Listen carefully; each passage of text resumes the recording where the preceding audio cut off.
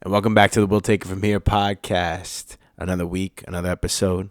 However, first, we are going to bring you our show's sponsor, because this episode is brought to you by Honest Supplements. Now, Joe, what's Honest Supplements? Well, let me tell you. In a world that is plagued by new illness outbreak every other day, it's important to keep your body performing at its best with the right vitamins and supplements. However, these products can get expensive, especially with rising prices all around us. Honest Supplements has resolved that problem. They mark up all products by just $1, saving their members an average of 50% per product. Yes, that means that the protein you're paying $60 for is only $30 on their website.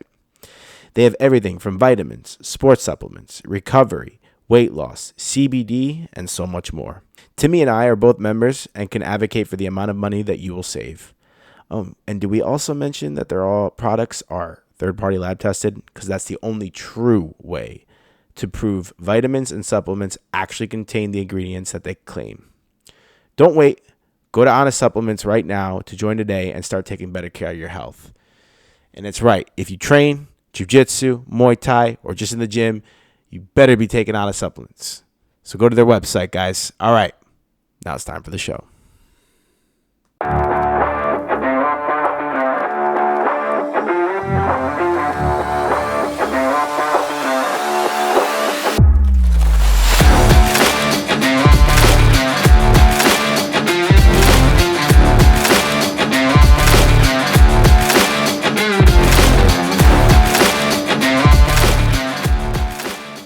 And we're back, folks. We'll take it from here with Joe and Timmy, episode 225. You see two guests with us right now. I'm not even going to introduce them. I have to introduce them. But I'm pretty sure, Dr. Gus, this is your seventh time, and this is your fourth time. So, Andy, guys, if you just look up Dr. Gus and Andy Segovia, if you want to see who they are, see their past episodes, listen to them, watch them, whatever you want. But I'm not going to do a big intro because they've been on. They're recurring guests. They're part of us now. So, guys, welcome to the show. Welcome back. And we're going to have a lot of fun because I know there's a lot of good topics that we're going to be covering today. So, folks, put your thinking hats on. Don't get offended. That's hard to do for most people. Yeah, right. Yeah. Exactly. It's like walking on eggshells. Guys, happy to have you on. We've been trying to make this happen for a few weeks now. We finally were able to get everything going. Everyone's schedules were correlating, so I'm happy. Very happy. And most importantly, now we got the video back up. Dude, Hopefully it's figured out. No, it's figured out. It's figured out. We're putting it out there. Finally got the fucking shit. All right, guys, let's get into it. I know we had a couple of you had a list of questions that you wanted Dr. Gus to analyze for us. So let's have a good combo and offend some people. Yeah. I mean, just have a good combo. Yeah. So quick background. I was going through listening to some of your episodes. A lot of the guys I know from the gym, and then I didn't know you were Paul's dad. I know Paul. Mm-hmm. And I loved all the conversations. I love the topics. Being in law enforcement now, and that you were in law enforcement, you're retired now? Well, yes. Yes, exactly. Yeah, okay. So I'm still working as a psychologist, but retired from forensics. Right. Yeah, that's right up my alley. Mm-hmm. I always have a lot of questions about that. And I just wanted to have a 4-way conversation. Damn straight. Let's do that. Love that. And these actually, you two were saying off air, the reason why I think this is going to be a good conversation between the both of you is because both of you are very open. You have your beliefs. You're open to listening to the other side, and you're not afraid to challenge. So I love that. Oh. And I want to apologize how I'm dressed because I know you made a spiel about how poorly people dress nowadays. Well, you want people. I got two toddlers. I'm lucky I got out of my bed this morning. That's that'll be a lot. That'll be another episode. Yeah. All right. Because what was the term you used? You dressed in it was an Italian term. Spazzatura. Sprezzatura? Is that what you're talking about? The spazzatura is garbage. Yeah, spazzatura is you trash. said like a schmuck. No, sprezzatura comes from Baldassare Castiglione. That he was in the 1600s. The art of dressing elegantly and flawlessly without trying. I like that. So if you go to Positano right now, they'd be wearing a shirt like this, kind of like. But You know they put effort, but it looks effortless. Yes, yeah, that makes sense. So Italians that's What's really the good with that. opposite? What's like the The schmuck? way we dress in the U.S. The man, Yeah, that's guys, me. I'm What am I? sorry. The Yeah. schmuck. I'm the schmuck. You guys are really let yourselves go. It's the truth. It is true. But that's okay because Because we got supersized you guys, big gulps with you know, us. not even that. You guys are all in great shape. I mean, Yeah. you know what? You could be the best. You can have the most expensive clothes. If you're out of shape, it's not going to look good. No, yeah. So you'd rather be in shape and have a $150 suit and look great in it versus having a $20,000 bespoke made suit, right? And being out of shape. Yeah, that's so true. you guys have to look. Now, you could always just ease your style a little at a time. You know, you could, instead of sneakers, maybe wear like have chukka boots on, the suede, very, very subtle stuff. But you start to feel better. Do you stand out? Sure, it's not hard to stand out, but it's really a personal thing. But it's just good, feel good, right? Yeah, Yeah, so- exactly. So I don't have And any you have problem your with that. confidence up too. Yeah. Yeah. Why not? And like you said, with the being fit when you're in a suit, like if you're not in shape, man, You guys are there's a great. lot. You guys You're are- not really fitting in suits. You guys are in great shape. You're like probably you're 40 regular. Same thing with you. Yeah. For my Okay. age, I'm He's got a little 98. broader shoulder and neck than I do. Yeah. That's all right. That's all right. Yeah. He's got that mule body. Yeah, I got Right. that little The only skinnier problem you'll have is build. you'll need a baseball bat to beat all the girls off. you. It's all the moms for him. So I've heard. I fucking love it. All right. So one question I have, because I know your background. What are you doing now? But now I do actually just regular clinical work.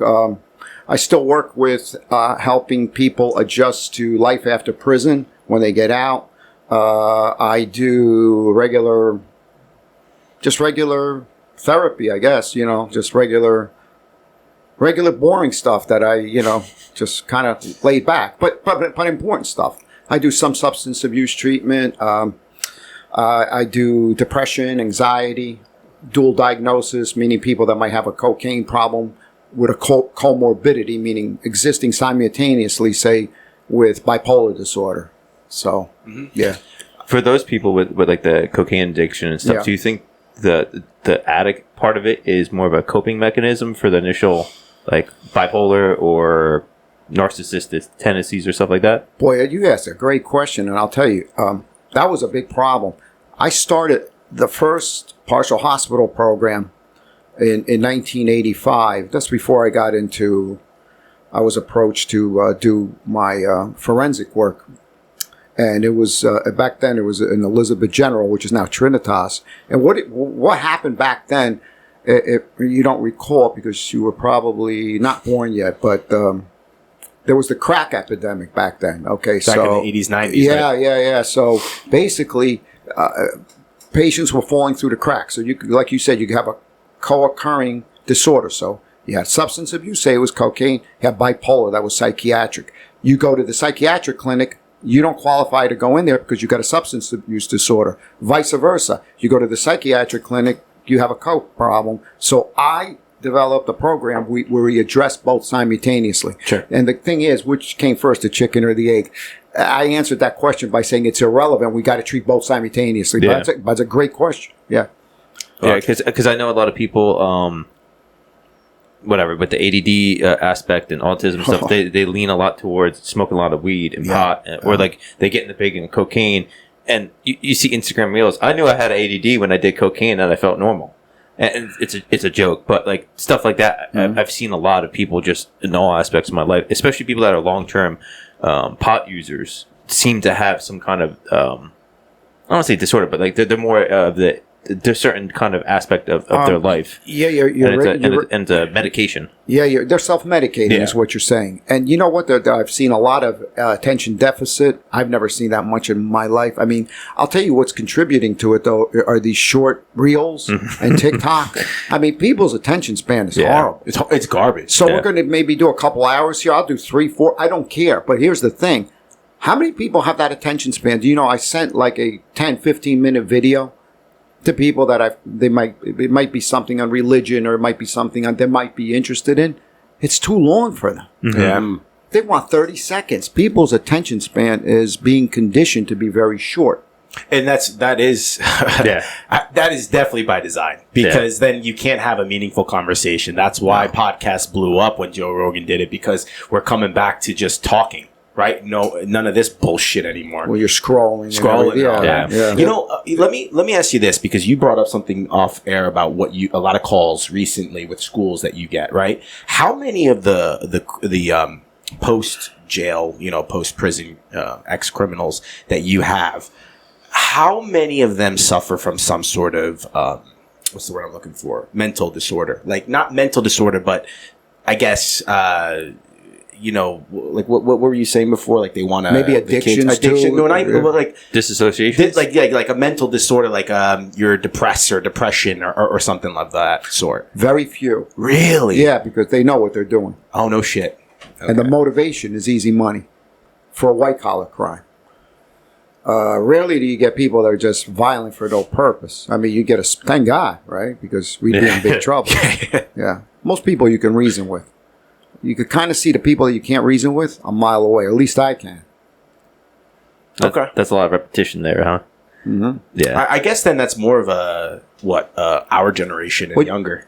Like so the mental white collar disorders. crime is all cognizant. Okay, so somebody may say they're cognizant of what they're doing. So somebody may have a gambling problem, so they embezzle money. Oh, I did it because I needed my Coke. I needed to gamble. I owed the bookies. I owed this. Okay, but you could have got help. You could have went to law enforcement. You could have just said, okay, look, I screwed up. There's people after me. Help me. Mm-hmm. You could have done that, but you didn't. Yeah, you're making choices, cognitive choices. Yeah, Okay. it is. Now, have there been crimes with people that were impaired psychiatrically? Sure. But that doesn't work anymore, especially in the federal system. Let me explain to you what I mean. Let's just say you get deemed incompetent to assist in your own defense. That doesn't mean you walk free. You commit a crime. You get found incompetent to assist in your own defense. You're psychiatrically impaired. You'll go to a federal psychiatric hospital, usually one in Missouri, and you will stay there until you're able to assist in your own defense. And then your adjudication for your crime starts. I have a guy that's in there since 2002. That's sort of gaming the system, though, right? Or Not no? gaming the system. He got in there.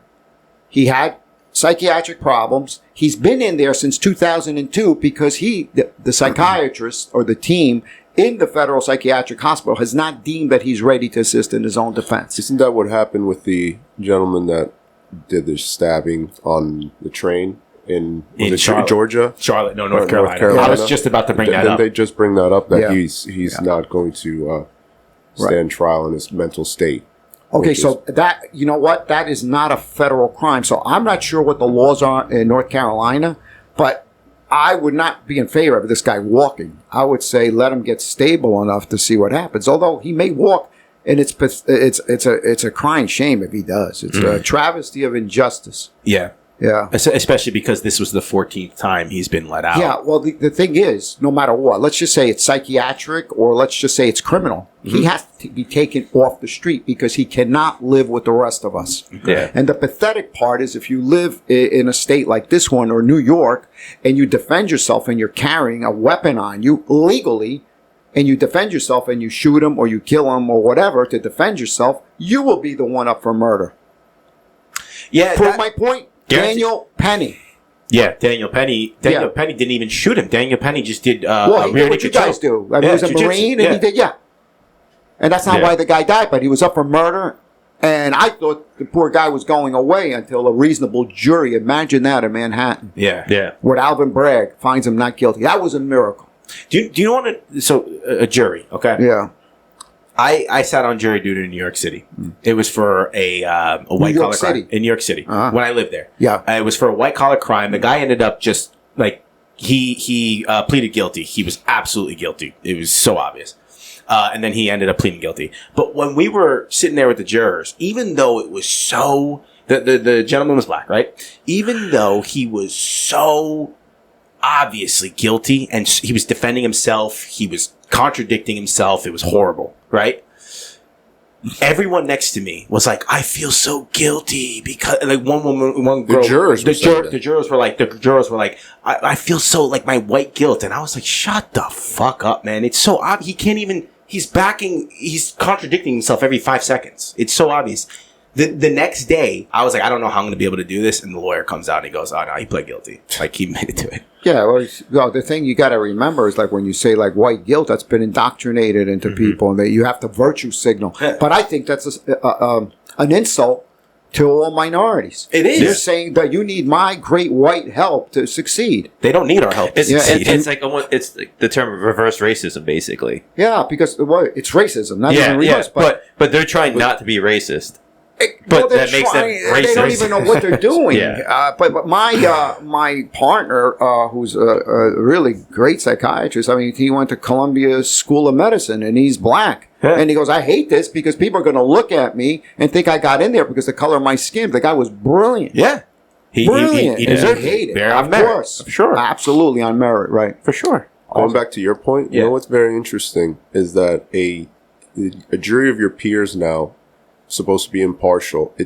I don't think it's physically possible to pick an impartial jury, because the one thing they tell you, because I sat through trials, so say it's a criminal trial and it's going to take a few days, weeks, they're told not to look up independent research. They're not told not to talk to people. That's impossible nowadays. Yeah. So there's no way a juror is not going to go home and start looking at their phone and start swaying their opinion. So something's got to change, because essentially it's like you're picking a jury, and whatever media outlet, whatever the media is putting into that case is going to sway the jury. Yeah. Because there's no way that they're going home, and I mean, even an independent thinker is rarity now. Yeah. That doesn't watch the news, because they ask these questions during jury selection. And you'll see they have a very long, drawn out process. They'll knock jurors out because they don't like what they hear. It's like a sport almost. Yeah, the defense and the prosecutors they have X amount of challenges. So it's like, I want to knock this guy out. Okay, then it's his turn. I want to knock this guy out because I don't like that he's obsessed with CNN, or this guy's a police officer. But it's ridiculous. And then at the end of the day, they're like, don't look at your phone. Don't talk about it. Don't talk about it with your peers. Like, you're going to go home, and what's the first thing you're going to do? You're going to be like, what actually happened? What does the news say that this guy did? Holy moly. Yeah, right? Yeah, fuck. But let's, that's an interesting point, because I've been involved with the courts and certainly trials and all that. But so you have the prosecutor. Mm-hmm. The whole job is to put you away. Even if they have evidence to the contrary, they'll squash it. The defense attorney does the same thing. So if you think there's justice and the scale of justice exists, no, it's whoever can present the greatest case to either convict or get the person off. That's it. It's literally like a fucking sport. Exactly. Yeah. And if, like, for example, and as a juror, you have to also be disciplined. Let's say it's a murder trial. You have to go beyond a reasonable doubt. So let me give you a quick example. If I was on the OJ jury, I would find him not guilty. Why? Because there was a lot of reasonable doubt. I'm not going to hang him the rest of his life. The glove didn't fit. And prosecutor, you're so stupid, you never ask a question if you don't know the answer to it. And they did that consistently. Mark Furman, when they put him on, and they asked him, in fact, Mr. Detective Furman, did you plant blood evidence on Mr. Simpson's house and car? I refused to answer. He took the fifth on grounds that may incriminate me. Isn't that reasonable doubt? Yeah. Even though you know the guy did it, you can't convict them because that's reasonable doubt. So they blew that whole case. So and he walked. And that right there is, right. It's the court case has nothing to do with proving right or wrong. Absolutely not. It's making your argument sound. Yep. In a constructive way that is. Yep. So all they did had the wrong technique. They had the right questions and stuff, generally speaking, but their approach was completely wrong. Of course. So it's like playing with people's lives, too. Yeah. What the fuck? And a lot of the times it comes down to who has more, more money. 21 $21 million back in 1994, 95. Was that like 40 now? That was a lot of 30, money. 40 now? Wasn't OJ's attorney, isn't that Kim Kardashian's father? Yeah. And that's what made him That was not officially his attorney. That was her attorney to get rid of the weapon. And then he dropped out. Then you had the dream team in there. I lived through all that. I was like, probably your age. Went through all that. Yeah. That's fucking insane. Man. But it's something that we know, but it's and I don't know if you have any experience with this, or if you have any experience with this with your law enforcement. But what I've heard from people, I don't know how true this is, that lawyers know each other, they talk. Yeah, Absolutely. 100%. But they'll be like, hey, let's draw it out a little bit so I can get more of the fees. Absolutely. Is that true? And it's not all lawyers, but is that something? I would say that, yeah, absolutely. That's a very, very realistic possibility. But a funny story, quick story. When I was sitting through it was, I forget the crime. It was a criminal trial. But this young black man, he was very intelligent. The whole time I'm thinking, you could apply yourself to something else, because he refused to talk to the public defender because it was appointed to him. And the judge was like, you should talk to your public defender. And he was like, no, I just want to speak on my own behalf. And it didn't work out for him. Mm-hmm. But he was nailing it all the whole. He's like, I already know that they are working together. You know, I don't want to be in the middle. They already know what they're going to do with me. I want to defend myself. You know, I don't want to be involved in this. He was telling the truth. Like, it was the truth, because I see them. The public defenders that work every day at the same court, and the prosecutors, they know each other. They go into the lounge and then, hey, let's do this, let's do this, let's do this. So he was very bright, and I was like, man, you picked the wrong profession, because you're too smart for this. But it's unfortunate. But I was very impressed. That is fucking awesome that they could see that. It's also, it's like you said, it's a shame too, because you picked the wrong profession. A lot of the criminals, you'd probably know this too, and also they're fucking, like, they could be the best entrepreneurs. Yeah. There was one a major drug dealer out in Long Island, and then, you know, he did 10 years, and he came out. He didn't know what. Listen, once you get out of the federal system, you're wrecked. You're done. Mm-hmm. You're not going to do anything unless you open up your own business. Yeah. And maybe a minimum wage job where you can't even make ends meet. However, this guy had a business savvy, ran a drug empire, so to speak. And, you know, you have to do sales, you have to do marketing, and he started his own junk removal business. You know, now he's up to like 30 trucks, so. He's crushing it, man. He's crushing it, yeah. But crushing it legally. Yeah. Yeah. Good. Hey, and like figuratively, too. Yeah. With the junk Sorry, removal. dad joke. That's right. But they have the strategy. Like, when you're committing a crime, it's all about, you would know, right? Strategy. Right? Or how many, I don't know, without disclosing too much, how many times are you talking to clients and you can see the strategic, like, their strategy that they took when they were committing the crime? Or maybe their reason. You mean their scheme? Their schemes, yeah, but it's all a strategy. All the time. Yeah. I mean, by the time the FBI or locals or whoever does the investigating, the best, I think, is the IRS. They got you right. You're done. You're bullseye. Mm-hmm. I think the feds have a 97.999 conviction rate. Really? Yeah. And the other thing you got to remember, I mean, they're not just going to pluck you out and plant evidence on you. You did it yourself most of the time. However, with some more pettier crimes, or if, God forbid, there's a totally innocent person and the investigating body does a sloppy job and you don't have the money to get a good lawyer to get you out of it, I mean, there's innocent people, a lot of innocent people that are in jail right now because they're going to say, okay, you know, you're going to get 30 years if you go to trial and you lose, but we'll give you 5, you'll get out in 2 if you admit to a lower crime. Yep, it's all about. I mean, what would I do? I would say, yeah, I'll admit that I'm a whatever felon. I'm not going to take a chance of going away 30 years. I'll do 2 years, and it's about the plea if I didn't have the agreements. money, and sometimes even if you have the money and you get a good attorney, you still get thrown down the river. Yeah. And lawyers, to answer your question, and you're right, one of the least things that they do is pad bills. They could do a lot worse. Mm-hmm. Yeah. I mean, there's even stories of corrupt judges, too, like not allowing judges evidence in. Judges are part of that there system. Was one of the guys in PA, I think was part of he had investments into the private prison. So he was just funneling all these juvenile, I think it was black kids, too. That's fucked.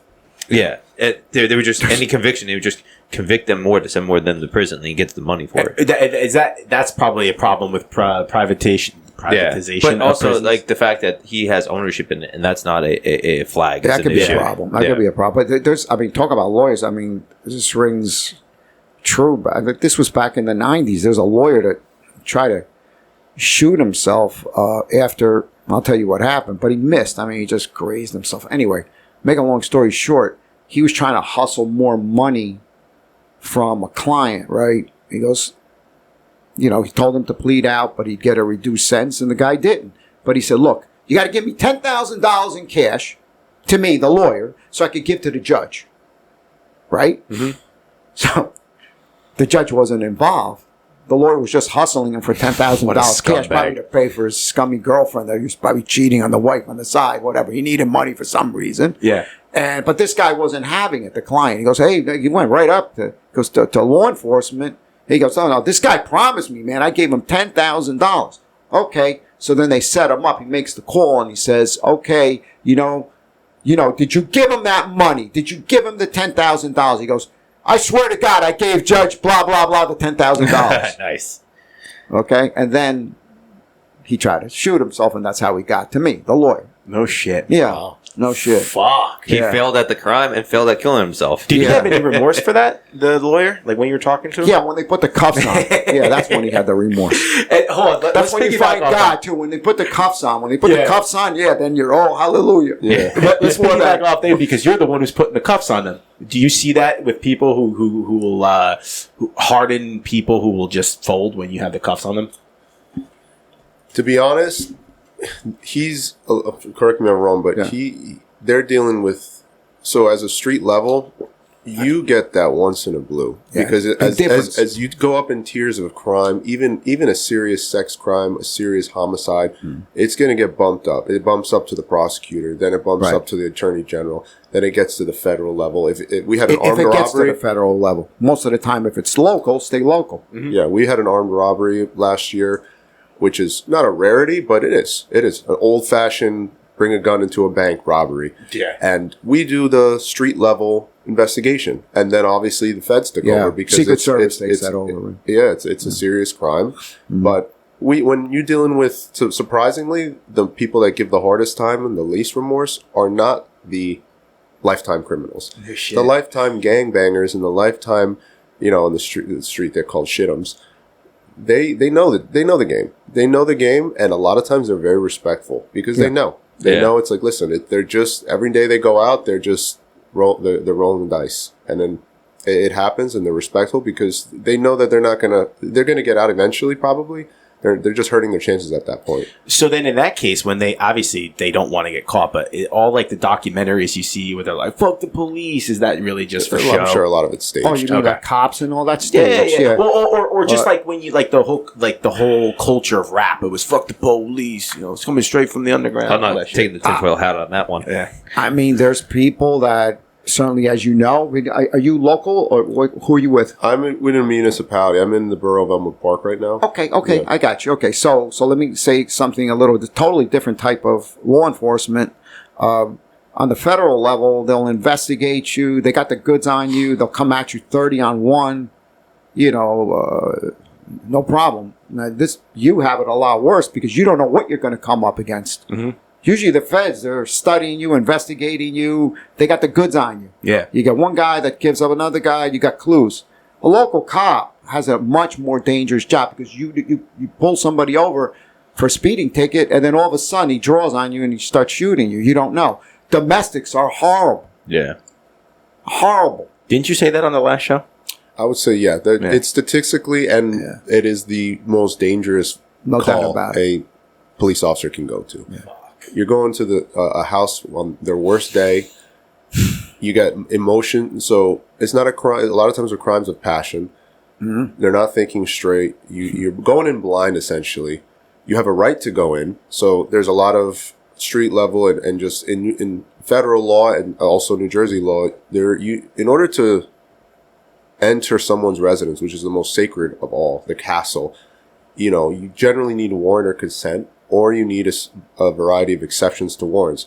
One of them is tied to domestic violence. It's the emergency aid doctrine. So if we get called that there is a domestic, a wife and husband are going after, and we have almost no information, we should pull up to that house and we hear screaming and struggling, we have a right to enter that house. And now you're going in essentially blind. You don't know what's going to happen. You have probable cause. You have to go in. And the other, in 1996 in New Jersey, they have the must arrest law. So if they see, usually it's the guy that goes, if they see a mark or somebody felt threatened, you got to go because they can't leave you there. Mm-hmm. Because then there could be a murder afterwards. There could be bodily harm. There's children involved. You have to protect them. There was just a big issue in, I forget where it ended up, but then Marshtown. but it's originated here in Wharton. There was domestic violence. They came from another state, and they didn't do the proper procedure and all that stuff. And the I think the boyfriend ended up killing the girlfriend, of course, because they didn't do the must arrest stuff. It was a bunch of as stuff. a matter of fact, if your wife, as an example, is found murdered, you're guilty until you prove yourself innocent. Yeah. I told you guys about the guy that put the wood chipper guy. I told you. You're number one suspect always. Jesus Christ. So go. No. I was going to backtrack to start a generic question.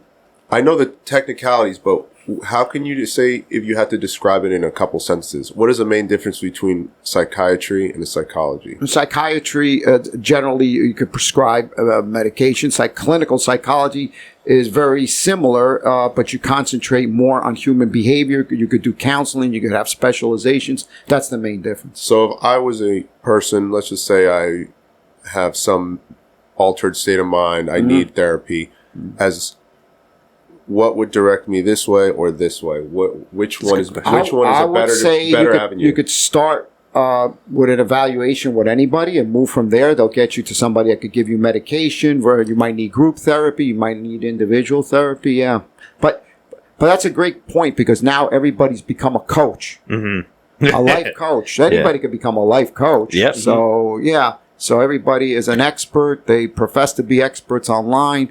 They sound pretty good, I got to be honest. They got all the buzzwords, but it's like pretending a mall cop to be a real cop. Yeah. Yeah. Or there's people that found Jesus and now they're preaching the Bible and they've only been religious for 6 months. I don't think you quite understand this. Yeah, and life coaches have their place. I'm not putting them down in any way, but it depends, and that's a good point. You should go see if it's something serious. Okay, if it's fine, if you're, say your boyfriend or girlfriend broke up with you and you're upset. Oh, okay, maybe you can get some advice. You go, okay, that's cool. But if you have somebody that's suicidal, if you have somebody that's using drugs, if you have somebody that's hearing voices, get them to a competent professional that's licensed. That's a clinical psychologist or a psychiatrist. Yeah. Well, you kind of indirectly answered my question, because in my personal opinion and just my philosophy, how I live my life, I will avoid medication of all types. You should avoid medication of all types at all costs, only if you need it. So going by that, if I have the option to go to psychiatrists who, just like the lawyers who might want to just keep the conveyor belt going, right. Here's the pills, okay, next guy. Exactly. Or the psychologist who's handicapped, you can say, and has to do the same job without that, I'm going to go to the psychologist. Yeah. Right, but that's a good starting point, because you're right. I mean, listen, all types of medications, even psychiatric medications, has a lot of side effects. Like, even at my age, I'm just on one medication for my thyroid. That's it. When I go to a doctor, they're amazed. They go, "You're not on any more medications?" No, and I don't want to be. Yeah. You'll destroy your gut if you're on that. Everything. I just did a whole the podcast side on effects. all the meds. I mean, I have people that, one good friend, he was a athletic guy, and his knees started to bother him all of a sudden. I say, "Hey man, are you on any medication?" He goes, "Yeah." I say, "Are you on statins?" "What's that?" I said, "For your cholesterol." "Yeah, that's what's causing it." Yeah. So let me do a follow-up question, because I know that's probably not your field, but how do you feel about not COVID, because that's just nonsense. Everyone knows that, but infant vaccines and child vaccines. How do you feel about that? I mean, my son-in-law is a pharmacist, and he completely disagrees with me. But you got to be very selective, because I've never seen so much autism in my life. So there's got to be something there. And you could call me a conspiracy theorist or whatever. I don't care. So if I had a young kid right now, I would avoid it. Yeah. It's funny is a bunch of friends are having kids, and I know a handful that are both in either direction. So many more now that are at least delaying the vaccines. I know a big thing is delay it. You don't want to get 37 vaccines at once. First off, doing what you're never supposed to give more than one medication at once. So the fact that they do more than one vaccine at a time is completely unethical. In my opinion. They give them that vitamin K shot before they even take their first breath. Yeah, it's insane. It's insane. That's insane. Disgusting. Yeah. That's fucking disgusting. But you can see see the developmental difference between the babies with vaccines and not. And there are some babies that I know that are vaccinated that are skyrocketing, doing great. But I also know that they didn't get all of them at once. It was spread out. So at least you do one every couple months, whatever. Well, I brought this up on the last one. I have anecdotal evidence. Yeah. So both my parents are medical doctors, so we combat this all the time. They're not dumb, but they are that old school thinking. They always remind you, when are you going to give the measles vaccine? All the pro-vaccines. Yeah, because but that's what they a grow lot up of on. times they get so indoctrinated, okay, and they can't think out of the box. That's the problem. That's what they were raised and taught, Yeah, right? That's their study. That's what they were studied. I've always been an oddball. I always Yeah. think out of the box. I don't believe anything I hear until I can You get should. some evidence. And yeah, I know you should question. Or else you believe every That's- single one of your clients at first. Exactly. You're the greatest. So, yeah, you're the best. You're better than Sigmund Freud. Yeah, sure. What do you want? A letter? What? You're trying to get out of something. Yeah. Bitch, you know? Well, that's why I give you a lot of credit, because I'm not calling you old. You're not old.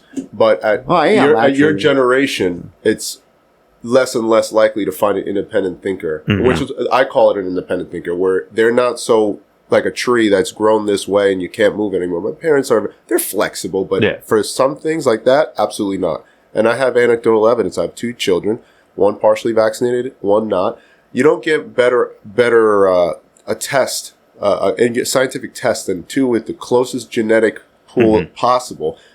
The one with that started vaccinations had speech, physical, and luckily not mental. Speech, physical, and just medical delays. Unvaccinated is skyrocketed, way past everything. Good point. Already surpassed him physically, and he's a year and a half younger. So I'm sold already. I have it, right in front of me. But that being said, I don't know. My parents, so I'll have an argument with my parents, and they'll say, when you get the measles vaccine, God forbid they get a measles vaccine, the measles. There's an outbreak in Texas, 5 people got it. I survived the measles. Yeah, that's what I was going to. And then I did my own research. I survived chicken pox. A healthy individual. You look at the statistics. A healthy individual that in this day and age that gets measles, not a third world, African country, with modern medication, their survival rate is like 99%. So yeah, we'll cross that bridge when we get there. But I'm not going to risk, infecting my child with metals to, give him that extra 1%. It's not worth it. That makes no sense. But your parents, exactly, you got to think out of the box because times have changed. What's changed is not like the Salk vaccine, right, for polio. But that took over 10 years to develop. Yeah. Now they're telling us something that took 3 months, 4 months to develop is safe. Yep. And you don't know the dollar amounts beside the pharmaceutical companies that are making And let money. alone the companies can't be sued. Yeah. The companies can't be That sued. take away anything else. The fact that they have no liability is a huge red flag. Absolutely. And people forget history. The first major mainstream medication for HIV/AIDS was it the AZT or whatever it was called? AZT. It turns out to be the worst thing humanly possible. It was poison, and the same thing's happening now. But I guess history repeats itself. They have too much power. They have too much power. It and is, but I influence, also think, like I was saying, though, a lot more people I know now that are anti-vax is more controversial now, extremely more controversial. But it's not in the fringe anymore. It's in the limelight. But I think that's why it's so controversial. There's definitely a lot more people that are at least delaying vaccines or spreading them out at minimum. I think honestly, it seems like even the pro-vax are more towards that. But there's a lot more not vaccinated. One of the few benefits is there's way more negatives. One of the few small benefits of the technology and the reels and the coaches and all that internet, is you have more access to that information now. That's one of the benefits. The problem is though, you have to then decipher and think critically and think for yourself and be. I think the approach is, even if I'm for this, I need to dissect it and see what they may have wrong or like where's the inconsistencies or just be critical of it. There's a lot of bullshit out on the internet. Yeah. So you have to critically think about it. Well, then there's the psyop that it. gets involved. Absolutely. Yeah. Because we talked about in the psyop episode, it's pro you, and then they sprinkle in a little bit of doubt here, or a little bit of false information on top of what you already know is true. No, you know what's another psyop too is you go. So Google is your major database, right? So if you go to Google, now with AI, it could be ChatGPT, anything. Claude, which is pretty good actually for certain things. It's going to be hard to debate this guy because we keep aligning on the same side. Hell yeah. Got to find something. Make it up. Well, think about it too. Like when you go on Google and like let's just say the media is saying something, you're like, all right, let me see if this is true. I'm hearing they're saying it's false. So then you type it into Google, the first 50 fucking search results, fact check. No, so-and-so didn't say this. No, so-and-so didn't happen. And it's like, dude, if you're not surface level guy, you're going to be like, oh, yeah, see, fact check, PolitiFact. Oh, that's a fact. It's like, no, dude, it's opinions. Listen, you don't know what's You fact don't know what the fuck's with right AI now. You're not going to know Also, anything. the first things that are coming up is to debunk it. That's a psyop. A psyop. That's 100% paid psyop. We talk about the anatomy of a psyop. Let me play devil's advocate because I agree 100% on the vaccines. 100% I agree with you guys. But Some are still good, but like you said at the time, I mean, when you give 30 vaccines all at once, you're asking for trouble. Sure, Yeah, absolutely. With a little baby just being born, I mean, why risk that? What do you think for the people that say, oh, you guys are a bunch of conspiracy theorists? Look back in the 1910 when everyone was dying and then the vaccine came out and now we're better. Sanitation. What would you say to them? I'd say do whatever you want. It's a free country. I love it. What do I give a shit what you do? But You're fucking right, I'm wrong. So go. You know, anything I say, why would I waste my energy? I fucking love it. But here's my favorite part about that. Same thing with people. Well, not my wife. Good. She's fucking 10 other guys behind you, but not my wife. Okay, well, they're good. Go. She's not. She's the perfect wife. Go ahead. My favorite argument though with that is you're dangerous to the public. You're not vaccinated, so you're dangerous. Well, you're protected if you're vaccinated. No, yeah, right. What the fuck? I'm the one who's in danger. I'm gonna get my blood boiling. What other questions? Right. That's a good point. Yeah. You raise a good point because then the argument back is going to be, well, you're a danger to the public. Sure. It can't be dangerous if you're vaccinated against it. Yeah, right. You're vaccinated. What do you care about me? I'm going to be the one that's going to die. Yeah. So leave me alone. Why do you think people are so susceptible to that bullshit? Like of actually. Well, they dig in. So you got to have it's like the Hatfields and the McCoys. So they clash. So you get two people to fight. You do whatever you want. They're busy fighting. They're concentrating on each other while you're fucking both of them. Yeah. That's what they do. Yeah. That's the way it is. Love and once you master, that's pretty kind of evil. It is. But you could gain control. Yeah, like your time, Machiavelli, Niccolo Machiavelli. Yeah. He talked about the prince, right? How to gain power and everything else. Yeah, that was an interesting book. Yeah, very interesting. That it was a bad guy. He wasn't advocating evil. He was actually analyzing, and he was right about human nature. Before that, Epictetus, Seneca, all these philosophers, they had it down pretty good. Is it better to be feared or loved? I'd say feared. Feared? Why is that? Well, because love is a construct that wanes. Okay, so then, you get married, you're risking half of your life, and really as a man, you're supposed to be fucking miserable anyway. You're supposed to take care of your family, your kids. You're not supposed to have a good day. You're supposed to go out there and hustle and work, right? But that doesn't mean you'll always be loved. I'd rather not be feared in a relationship. I'd rather have free will. But in your heart, in your mind, you always got to have that 10% that the closest person to you could disappoint you. The only person that can't disappoint you if you believe is God, Jesus Christ. I believe it's Jesus Christ. That's it. Anybody else could disappoint me. What if, though, you're feared to the point? I'm not talking about, I'm talking about business. Let's go business-wise, right? Yeah. What if you're so feared to the point that someone hates you so much they're planning your demise, though? Well, that's it. So, but if you look at Machiavelli, so you got to give enough to be fair, and you also got to keep an eye on an eye and an eye. You got to watch everything because people will disappoint you. I mean, and that's where you go out of your way to make sure you do everything legally. Okay, your taxes, you treat your employees fair, and you're going to always get some shithead, and then you could just let them go. But if you allow somebody to do your books and they know you're screwing the government, they own you. Yep. That's the difference. Yeah. That's why you got to blackmail them cop, first. Let's just say, and I'm not picking on you, or even a doctor, you're on the take, or you're a lawyer, you're on the take, and you're the only one, you're not operating alone, you're screwed. Because if the other guy gets caught, they're going to rat you out. That's what happened to some Dowd in Brooklyn. Right. Exactly what happened. Or mob guys, the toughest mob guys. They've rat on each other too. What happened with Dowd in Brooklyn? They had the Netflix special. It was the Wild West in the 80s and 90s. So Mike Dowd was an officer. And was that the 9? No, what was it? The 19 or something like that. It's called. I don't know the name of the show, but it's that. And he was snorting lines off the dashboard. He was on the Kingpin's payroll. Yeah. So and he had guys working for him, and they eventually ratted him out. Or a case in the 90s that I was involved with police. I mean, and listen, here, that's a great point because when you talk about people that could commit crimes, it's all walks of life. It could be lawyers, doctors, accountants, churches. It could be anybody that's committing crimes. You know, when you got Satan's earth here, everybody's tempted to do it. Mm-hmm. You know, it's just harder to walk the straight path. That's what you kind of have to strive for. But when you get the taste of easy money, then you start justifying it in your head to keep doing it. That's what happens. Yeah, there was plenty of cops, plenty of doctors, plenty of lawyers, plenty of accountants, plenty of everything that are doing things not so good.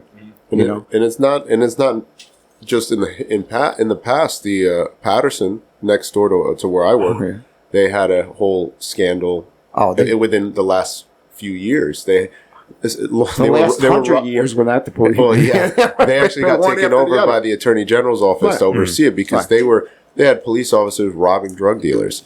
And you know what? You know what the irony that you're doing something wrong when the drug dealer came into the headquarters to report that one of his officers was robbing. Exactly. That's so fucking crazy. I was involved in the investigation when the feds investigated Palisades Park Police. They were extorting business owners. You know, like mafia style. Yeah, one guy was a Korean restaurant owner, poor guy, and they broke into his safe, took like $80,000, and this guy wasn't letting it go. But it went all the way up to the local prosecutor. When a new prosecutor came in, he wasn't giving up, right? Went to the new prosecutor, blah, blah, blah. New prosecutor goes, I don't have the resources to investigate all these shit. Funnels it up to the FBI. The FBI wires the whole police station. It was worse than The Sopranos. They were stealing everything and anything. They would yank the money out of a restaurant safe, and the detective who was in on it would be investigating his own fucking crime. Mm-hmm. Eventually, everybody folded. You get one to fold, then everybody folds. They fold like a house of cards. Do you think... And they did jail time. And they should have done jail. Yeah, absolutely. So you say it's like, and I agree, right? You justify it with the money you're making, but we have a choice. You can choose to do it and choose not to do it. In your experience, what do you think what does someone possess to do something of that sort, to extort a business owner when you are in a position of authority? What's going on there? Easy money. Is it just the money, easy money, or do you think it's a power complex? No, easy money. Easy money? Easy money, because you're saying, I risked my life, and you do, and this and that, and I deserve more. And doctors have the same deal. There was a doctor in Essex County, prestigious neighborhood, great guy. I would go to him. Well, he's doing close to 30 years. Let me explain real quick what happened. He had a very good practice, but he actually had to work like I had to work, 60 hours, 80 hours a friggin' week and whatever, okay. So there was these unscrupulous guys that came in and they said, look, we're in pain, you prescribe some oxys, blah, blah, blah. So he started. And they started bringing more and more of them, all cash business. And he started doing more and more of that. And he wouldn't even have to see them. Then they come up to him and they go, look, we need more. So we need some blank scripts. And he started banging out scripts to the two. I mean, he might have been making $100,000 a week with this shit. The problem with that is the DEA, you get you get popped. You can be prescribed to how many people would you have to see? Yeah. And then they popped the guys that were selling it because every pill has a code on it. And then they fold on him. So he claimed, he didn't know what he was doing. And I said, I had to evaluate him. I said, dude, you knew what you were doing. I said, you want me to put down that you don't know what you're doing? Clearly. But here's what's going to happen. You're going to go to a psych hospital. No, the psychiatrist in the federal psych hospital will determine when you could be assisting in your own defense. It means I'm not going to walk through it. I go, no, you're going to have to face what you're doing or go to the psych hospital. And that's what happened. I mean, he decided go to trial. He lost. That's it. Fuck, dude.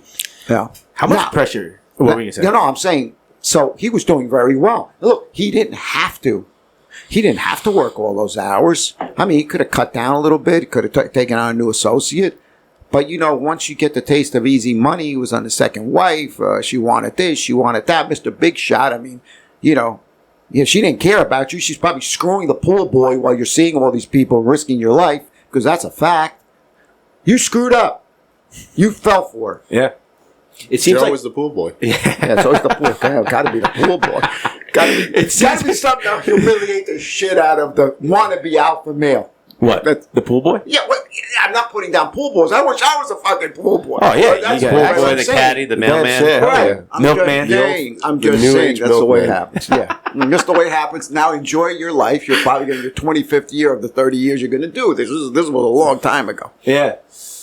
It seems like the similarity between the white collar and federal crime and the street crime is just money related. It's money driven. Yeah, usually. Or you tell me, is that right or no? The difference? Like what do you? So because the justification with a lot of these criminals is the money. They're justifying it with the money. I think money and is the root of most of it. Yeah. And then you can throw in crimes of passion. Yep. But that's what my next question for him was. You said sociopaths and are rare, very rare. Pure sociopaths. Everybody's got not everybody. Certain people have more sociopathic qualities than others. Let me explain to you what I mean. So let's just say you apply for a job for Central Intelligence or one of our intelligence agencies. They don't want a pure sociopath because they have no conscience. They'll pass a lie detector test. They don't want somebody like that. Do they want somebody that has sociopathic tendencies? Yeah, because what's going to happen is this. They're going to say, okay, so, we want to acquire this information. And we hit a roadblock here, and there. Okay, so why can't we just break in to wherever we got to get it and get it? Well, that's against the law. Yeah, but you said that this is national security, so we need to do what we need to do. Those are the people that they look for. People that will break the law to preserve our way of life and our security. Mm-hmm. And shut their fucking mouths. Where a pure sociopath is more likely to turn on you because another country could get them as a counter espionage spy to work against you. Could be a double agent. You see what I'm saying? Yeah. So a lot of people have sociopathic tendencies. They could be your best CEOs because they know how to work people, they know how to manipulate people, and they don't feel guilty about it. Mm-hmm. Now, are they pure sociopaths? No. But yeah, the pure sociopaths are the ones that are more rare. You're talking about like your serial killers, Yes. stuff. Yes, those are, thank God they're more rare. So that's the next question. So Yeah. Not an easy question to answer, but you take Ted Bundy. Everyone knows who Ted Bundy Yep. is. Yeah. You take him and any similar sociopaths, nature, nurture, which shaped him more, or which one has more weighing, which one has more effect on how they become that? Well, that's a great question. Well, Because they always sexually abuse at a young age. It's always a common trend. However, could it be that? Could it be a innate thing that was that flourished because of the abuse, like an inherent evil, or was it strictly just the abuse and he just was so like his mind was not strong-willed to overcome it? And which one is going to be the? I think that it's all genetic, and let me explain to you what I mean. When it comes to like a person like Ted Bundy, Yes. Okay, or Son of Sam, David Berkowitz, or Ed Kemper. Anyway, all these serial killers. What happens is, I think genetically when you form, there's a disconnect that allows you to feel any type of empathy. And you just don't feel anything. And you get a charge out of actually killing people the way we might get a charge out of eating a pizza or whatever we like to do. That's harmless to anybody. And it doesn't mean anything. And psychologically, though, it gets reinforced. Now, with me, I can tell you that I hate violence. I've seen it, and I don't like it. And I try to avoid it. Not them. They'll plan it. They'll poke at it. They'll cultivate it. Think of it just like you're chasing down a woman that you want to date. So you're going to be this, you're going to do that. Eventually you want to, they want the end result. As a matter of fact, they have, a lot of times these serial killers will admit, and most of the time they're men. There are some women though, but they kill differently. They kill by poisoning. Remember that. If you go out with somebody or whatever and you don't trust them, it might poison your ass. Be careful. they have an instant orgasm. David Berkowitz talked about that. When he went back, like, to the crime, he had an orgasm because he knew he killed the women. That's so fucked. So you think there's always a sexual component, no matter what serial killer? There's always a sexual and there's always an aggressive, violent component. And the food, think about, is the kill. They like to kill. And they have no problems killing. They won't even think about it. And once you do your first kill, the second, the third becomes a lot easier. And what happens is you build a ritual around it, and usually you collect trophies from everybody. Wow. That's fucked up. There's a case I worked on. It was back in the 90s. Again, because so much friggin' time has gone by I could talk about. There's a book out on it. It's called Mama's Boy. It was about a case involving a guy named Eric Napolitano, and he's serving time, I think still in Trenton State, but he would target size 14 to 16 Hispanic women,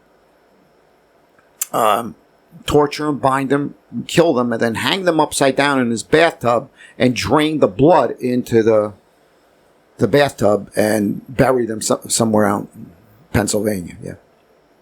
Wow. Yeah. That's disgusting. Mama's Boy. Look it up. So Eric Napolitano. that was I guess his ritual routine.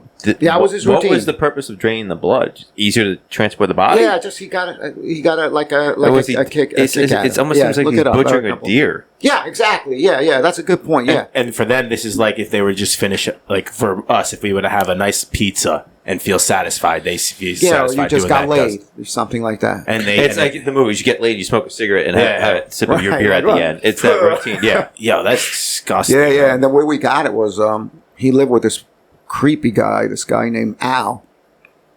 That was his like wannabe uncle. He's the one that folded. He's the one I knew. Like creepy dude. And like he's the one that folded on him. How many victims did this person have? I think 23. Holy shit. Dude, Yeah. 23. I was going to say a dozen. Almost 2 dozen. God bless those women. Holy fuck. That's a lot of dude. people. So do you think that genetic mutation, whatever it is, Yeah, do you the think inability to feel. Yeah, I mean, do you think that is so? If you take that mutation in serial killers, do you think they're close relative, or is there any relation in pedophiles? I think they share similar. pedophiles, okay, the way I would assume everybody, not that it matters to me, we're all heterosexuals, the way you look at a really hot woman, like I might look at a chick that's 20, 30 years my junior or whatever, like, but I don't have a chance with, but yeah, that's the way they look at You see kids. the actresses and like, oh, yeah. Yeah, exactly. And they look at little Sydney fucking Sweeney. kids like Yeah, and that one big thing that was my late career in forensics was all child pornography and pedophilia. All. And that goes back, and this is not a justification by any means, but that goes back to what you say. A lot of them were raped as a kid too, and that's not not defending. Some were, some weren't. Some of them, like I said, that's their sexual orientation. I know it's very hard to hear, but yeah. Is there a portion of that percentage of the that group that almost they get stuck in a developmental phase that like they're stuck at being 5 years old and that's what they want to be a part of, even though they're what, 50. we could, I'll tell you what, 30 years of experience, we could complicate the shit out of this. That's a good question. Yeah. Think of it this way. And this is disgusting to even think about. The way you like women, they like kids. Yeah. And this is why if there's a cute boy or a cute girl, whatever, don't let your kid out of your fucking sight. Wherever you go. Don't. Because it can happen like that. They're all over. As a matter of fact, if you go on New Jersey State Police and you look at the sex offender registry, you will be fucking shocked how many people even live around your neighborhood. They're there. You know what I'm talking about. Yeah, I gotta check that. Yeah, check it out. It's Megan's Law. You'll see what it's like. Megan's Law. Yeah. And those are the ones that were caught. Yeah. Those aren't the ones that are still just creepy prowling. people. Yeah. Yes. That was Jesse Temintikwas. Murdered Megan Kenka. And he was some fucking creep that lived across the street. Yeah, it's wild. And my cousin was a public defender, defended him. Wow. That's a small world, yeah. How did... Yeah. I don't know if you could speak on behalf of your cousin, but when you get a case like that as a public defender, I feel like I would do everything in my power to fail that case. He pled out. He pled out. Yeah. Well, that's a good question because empathy gene you're talking about, Yeah. or this lack of empathy, can it be learned behavior? Because some of these lawyers, they're so money hungry or whatever it is, power hungry, that they will defend these monsters. But that's a good question. But the thing is, you got to remember that there's money motivating that. So you justify it in your brain. Again, this is what I do for a living. I don't care if they're guilty or whatever. And I guess as a defense attorney, that's what makes you really good. You're doing a job. You're doing your job, and it's a pretty shitty job. If I knew somebody raped a child and they had the DNA evidence, I'd say if I defended him, I'd say, dude, you got to plead out. I'm not going to defend you with this shit. That would make me a horrible lawyer, though, for him. Yeah, but a good person. Yeah, but a good person. And that's what you got to balance out, right? Yeah. Compartmentalize, disassociate. Disassociate. Is that probably typical in someone in the environment? Well, then you get your fame. Like, hey, you got this guy off, then I could get that. It's not for me. But you got to have that pompous personality, I would imagine. I know some really good defense attorneys. Yeah. Yeah. So going back to the serial killer, the nature and nurture, why is, obviously they need to get away with it, but why are many of them so intelligent? Just, naturally intelligent. Because some of these guys Ted Bundy was very intelligent. Oh, by intelligent standards, they're out of their mind. But just intelligent enough to blend in, intelligent enough to dupe, the society, dupe their wives. Why are they so... Do you think it goes hand in hand, being a pure sociopath and having to be very intelligent? Some that I met aren't so intelligent, but what drives them, their motivation, is, again, in the sex drive. And when you're highly motivated like that, you tend to scheme things. Think about it. Now, let's take a look at another example. Let's take a look at somebody that's a heroin addict. They become, not that they're high IQ, but they become addicted. So think of the serial killer being addicted to killing. However, they're also addicted to the ritual. I got to go buy the heroin. I got to find my shooting gallery. I got to find my spike to inject it. I got to tie up. And it's the buildup. Oh. Same thing with the serial killer. I got to find my victim. And picture yourself, you're with a hot chick and you want her real bad. And that's the orgasm. Mm-hmm. And you conjure up all kinds of schemes. They're certainly not sub-intelligence. They're probably got 100 to 120 IQ.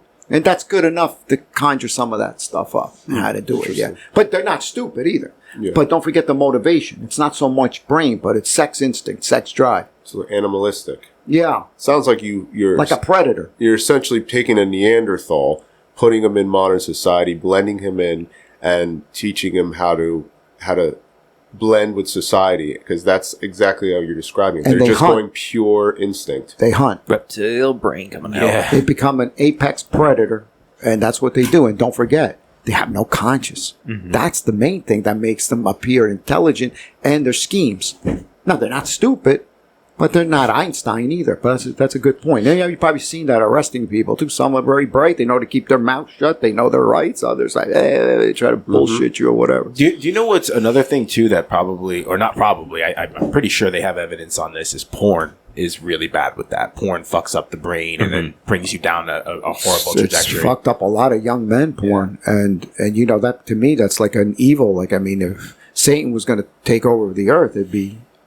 a lot of porn, disseminating porn. You would know this better than me. Isn't that like a military tactic? Wasn't there militaries that were using porn to I guess, weaken the enemy? Wasn't there something, or am I making this up? We've always used all types of things to weaken our opponents militarily. Yeah. Okay, we introduced drugs and prostitutes in a strict Muslim culture. Mm-hmm. We introduced drugs. We introduced chemical poisonings in Vietnam. Anything that we can do we fucked up our soldiers. How did they introduce prostitution into Muslim culture? Where do they get these women? Okay, so do they sex traffic women? Traffic them, I think. Yeah. Holy fuck. Yeah. Like the drugs? Okay, whatever. You just take drugs, throw them in, whatever. Be careful what I say. I don't want to get whacked, but yeah, absolutely. Yeah. Not only that, but Yeah. To answer your question, yes. Sex traffic women.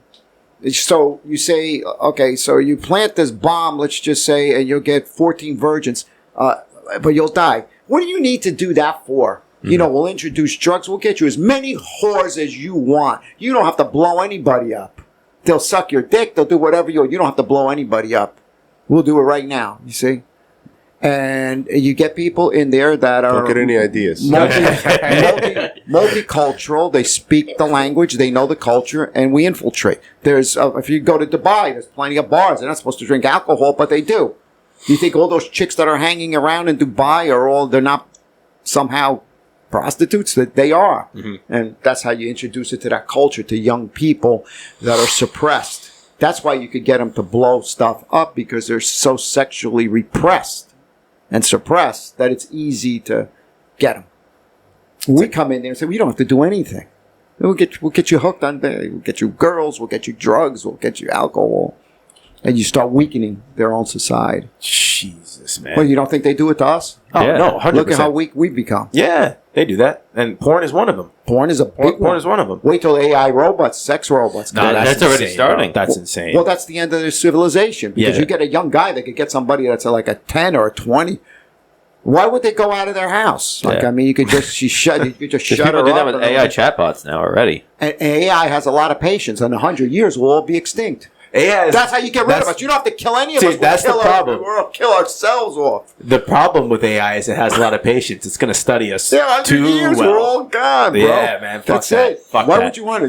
They'll get guys just, hey, I got the AI. I don't have to put up with any shit. Skynet. It's Medusa. That was Medusa. It should have never been let. Should have never been let out of the box. So Pandora's box. Pandora's box. Yeah. So- Oh yeah, Pandora. What happened to serial killers? Because are they just not romanticized as much? Are they dropped off? Like No, they're still around. So we don't hear about them as much as it's. There's so many, as you know, as a police officer, there's so many unsolved crimes with murders. A lot of them are serial killers, and they just pop So they just up. got smarter. No, they're still around. We're still hunting them. Look at the Gilgo Beach one. Yeah, they just Right. caught him Now, a couple what's years What's ago. this one? I didn't know Gilgo about this. Beach. The Long Island serial killer. Long Island. Okay, I think there's a alleged one in Houston, in Austin right now. That There's so is many of them targeting out gay clubs. That was another big one. But the thing you got to remember is that the Gilgo Beach one, I know a little bit about that. We had that cornered in 2012. We were taught to stand down. Okay, don't do anything or blah, blah, blah. Okay, so lo and behold, years later, then they go after this guy. The big, he's a big dude. A lot of them are big dudes. Then there was the Iceman. You guys know the Iceman? Yeah. Ted Kaczynski. Yeah, Ted Kaczynski, right? That guy, yeah.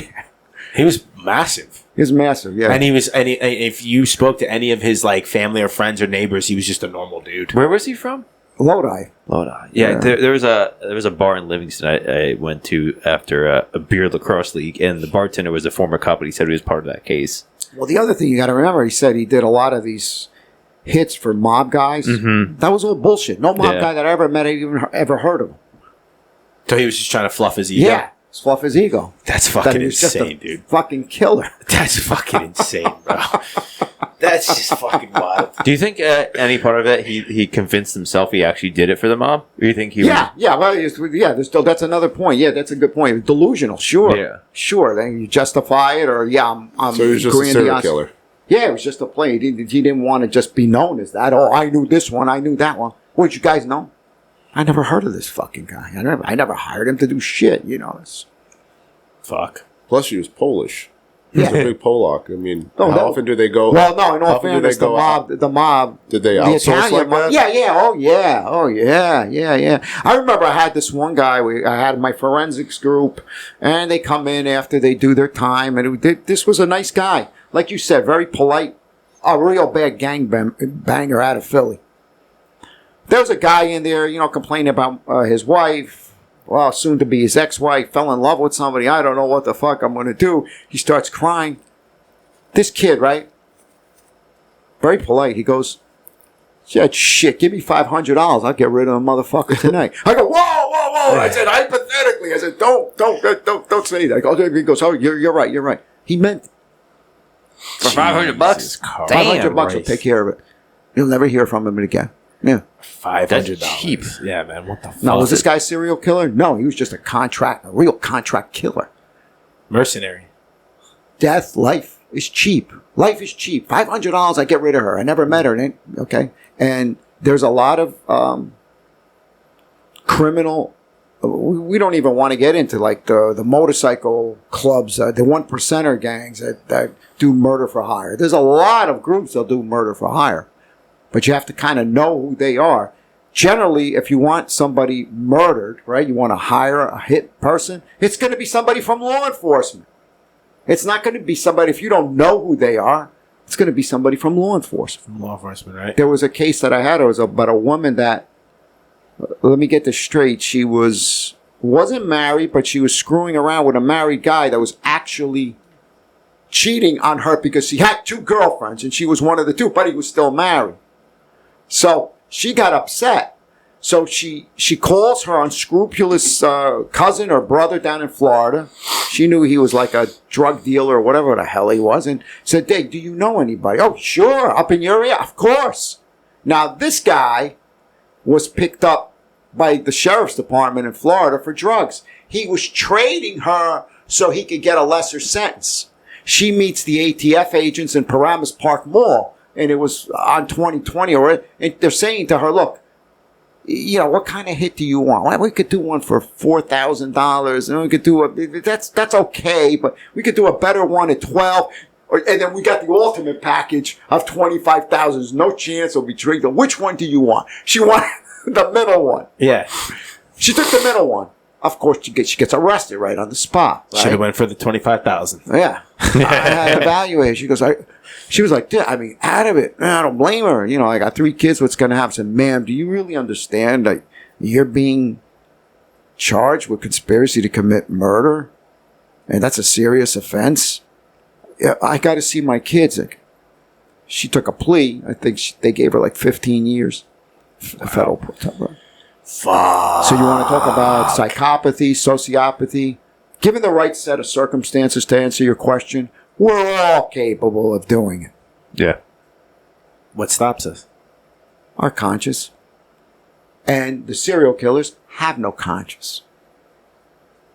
So how about let's take a turn. How do you compare that to active shooters today? And by active shooters, I mean school shooters, young guys, frustrated, probably sexually frustrated. What's the mentality there as opposed to a traditional serial killer? Yeah, well, totally different, actually, because if you get like the Texas Tower Killers or whatever, those type of people actually plot revenge in society as a whole, and that's not individualistic. The amount of school shootings is scary.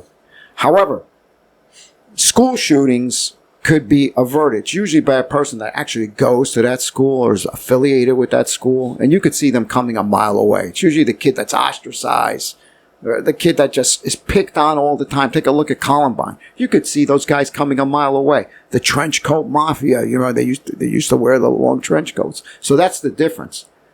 They plot it, they plan it, and they have really nothing to lose in their own mind, and that's their revenge against the very society that fucked them over. Now here's a conspiracy question. Yeah. Would the government or whoever agency have a benefit of allowing these things to happen? Well, you could argue that they could go against the Second Amendment. You could try to take guns. Look at what happened after Sandy Hook with Adam Lanza. They didn't even bury the kids before they started to discuss that. Yeah. I mean, you look at Australia, too. They had a big... the Christchurch killing. What was that, shot up the 91? mosque? In the 90s, I think it was. Oh, I thought you meant a recent one. That was recent. No, but it was. I think in the 90s is when Australia lost most of, if not all, their and guns. how did that help? They had one of the most vicious Yeah. shootings. I want to say a decade ago ever. A guy brought a 2 rifles into a mosque, and you see how long it took the police to stop him. And they just had another shooting, I think, last year too. Yeah, but listen, the bad guys are always going to be able to get guns. Yeah, and they don't give a shit. So there's the black market there. That's why. Yeah, listen. If cops have guns and the military have guns, there's guns out in the world. You're not going to get rid of them. Well, what was Attorney General Eric Holder and Obama with Fast and Furious with the cartel, selling the guns cartel? Sorry, that just gets slipped under the rug. So there was the Buffalo active shooter. You remember that with the supermarket? Yep. It was live streamed. Yeah. So there were rumors not rumors, are true, that he had a Discord, because they always have to tell somebody, right? Yeah, that they're postal gonna do it. shooters. Remember the post going office? postal. Going postal. Remember that term? Yeah. There's always a reason to get back at the very people that you feel are oppressing you. Or you go back and you start shooting your employers. That's what happens. So he's in the Discord, and he's telling whoever. Discord is, do you know what Discord is? Essentially, it's like a chat forum, one of the chat forums online. And there's X, I want to say X or current Fed within that chat that was aware of the shooting, because They're embedded in there. He 30 minutes prior, he told them they were going to do it. So that guy's, in the hot seat. But regardless, going down further down the rabbit hole, do you think there's a possibility that some evil entity in our country with power is having an influence in indoctrinating and maybe influencing these You mean the young school, people the school shootings? into doing these acts? Because Well, it's all really based around internet. These people live on the internet. I mean, you could shape people's behavior on the internet. There's no doubt about it. But the other thing that's common with the young people actually who become school shooters, almost 100% of the time, they're on psychotropic medications. They're on antidepressant medications, which are kind of contraindicated for teenagers because they kind of numb the frontal lobe of your brain, which lowers your inhibition. So what happens is if you're going to do something, you know it's bad, you're more likely to do it because that part of your brain that keeps your conscious alive is numbed. Same thing that you get people that take antidepressant medications, a lot of them commit suicide. Not a lot of them. I shouldn't say a lot of them. A lot of the successful suicides, they're on antidepressant What about the medication. sex-altering Yeah, like medication? That I don't know too much about. I won't. Because there's that could be What too. was the medication? Sex altering, like Oh, yeah. transgender. like the hormonal medication, Yeah. because there's also now growing correlation between a lot of the shooters Yeah. also being transgender. Yeah, but how many of those are on antidepressants as well? Antipsychotic meds. And there's also statistics that a lot of them have suicidal Yeah. thoughts or Yeah. commit suicide later in life too. But I guess that's Yeah, that's but- a conversation for a different Because day. I think transgender is a real thing, but my whole thing is just make sure you do a thorough evaluation. Certainly wait till the kid is older before Yeah. you do anything. I mean, give it a break. You were saying the evil entity, and you're talking about the frontal lobe and the cortex and the brain, right?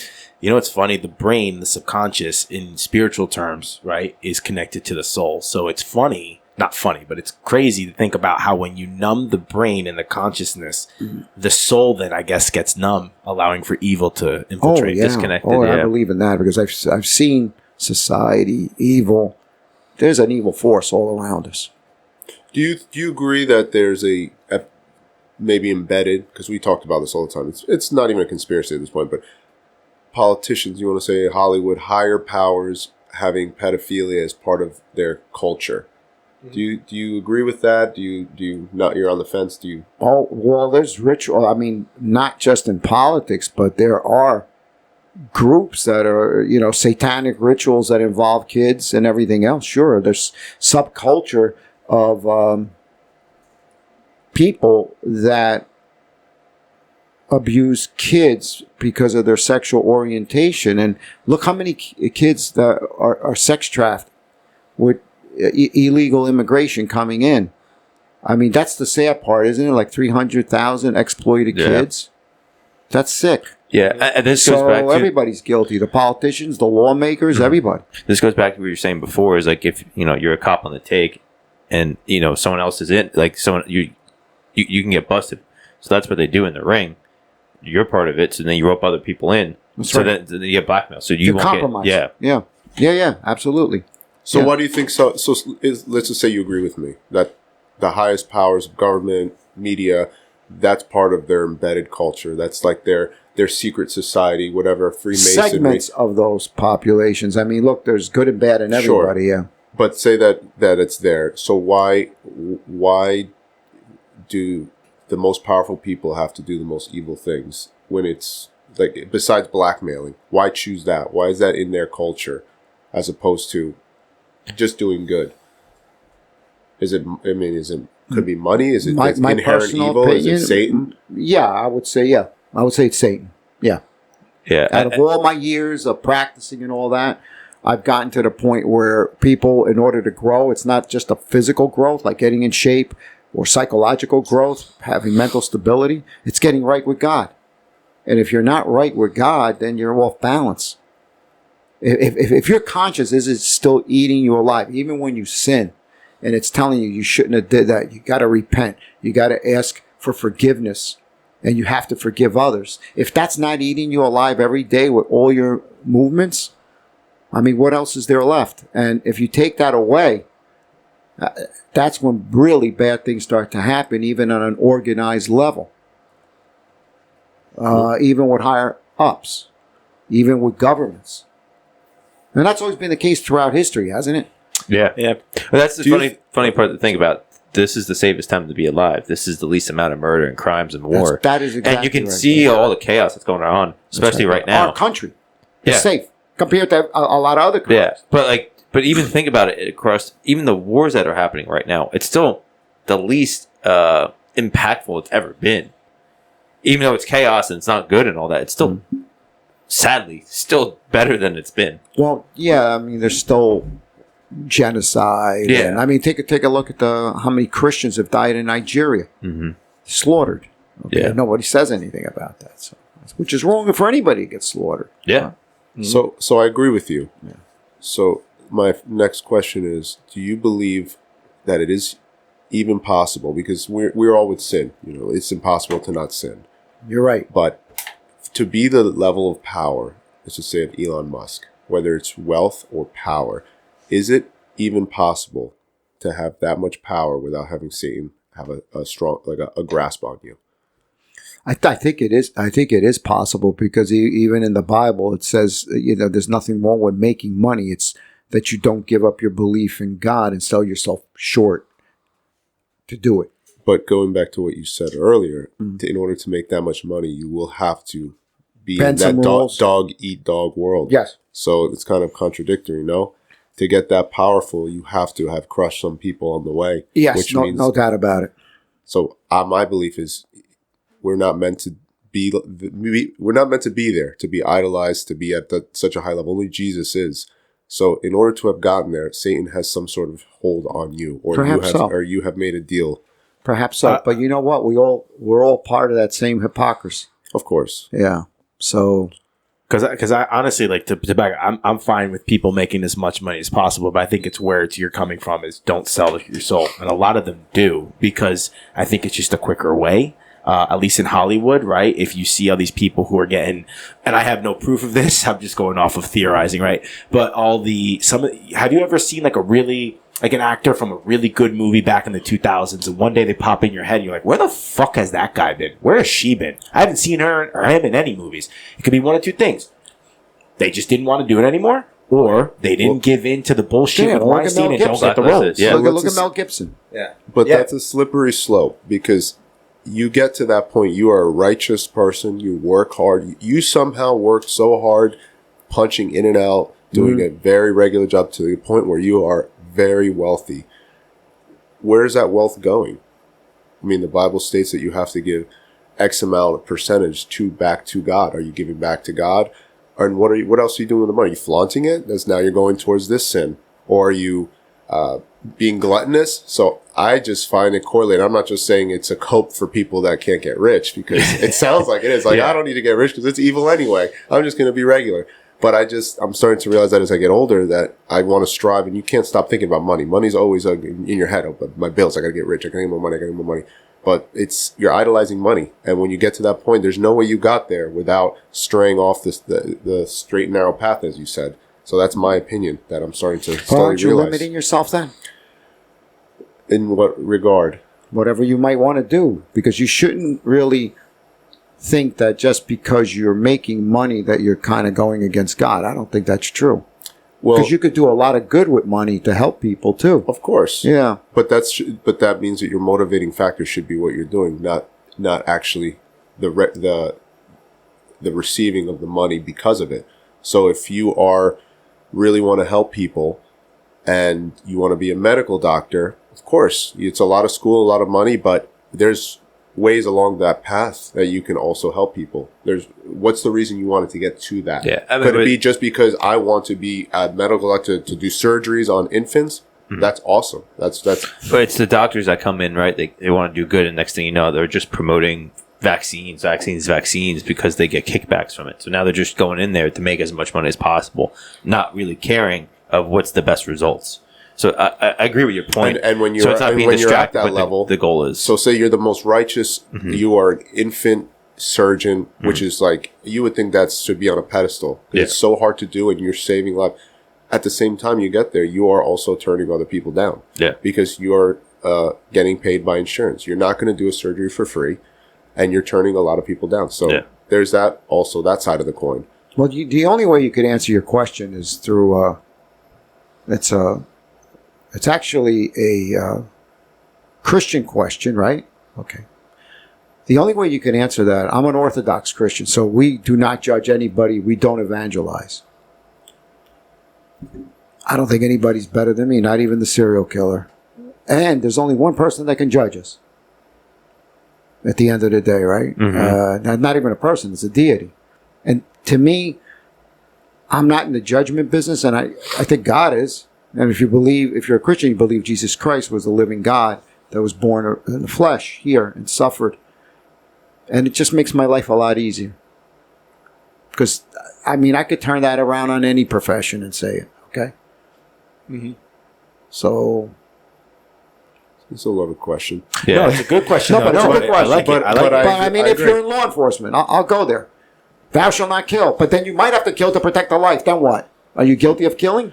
Yes. And that's something that I have to dish out. That's something I have to dish out and speak to God about, because I think about that every single day. And who's going to judge you? Ultimately. Jesus and God. Right.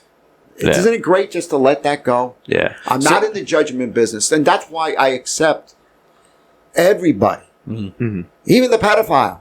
If I have to evaluate him, what am I going to say? Okay. Don't. Then he runs around out there free.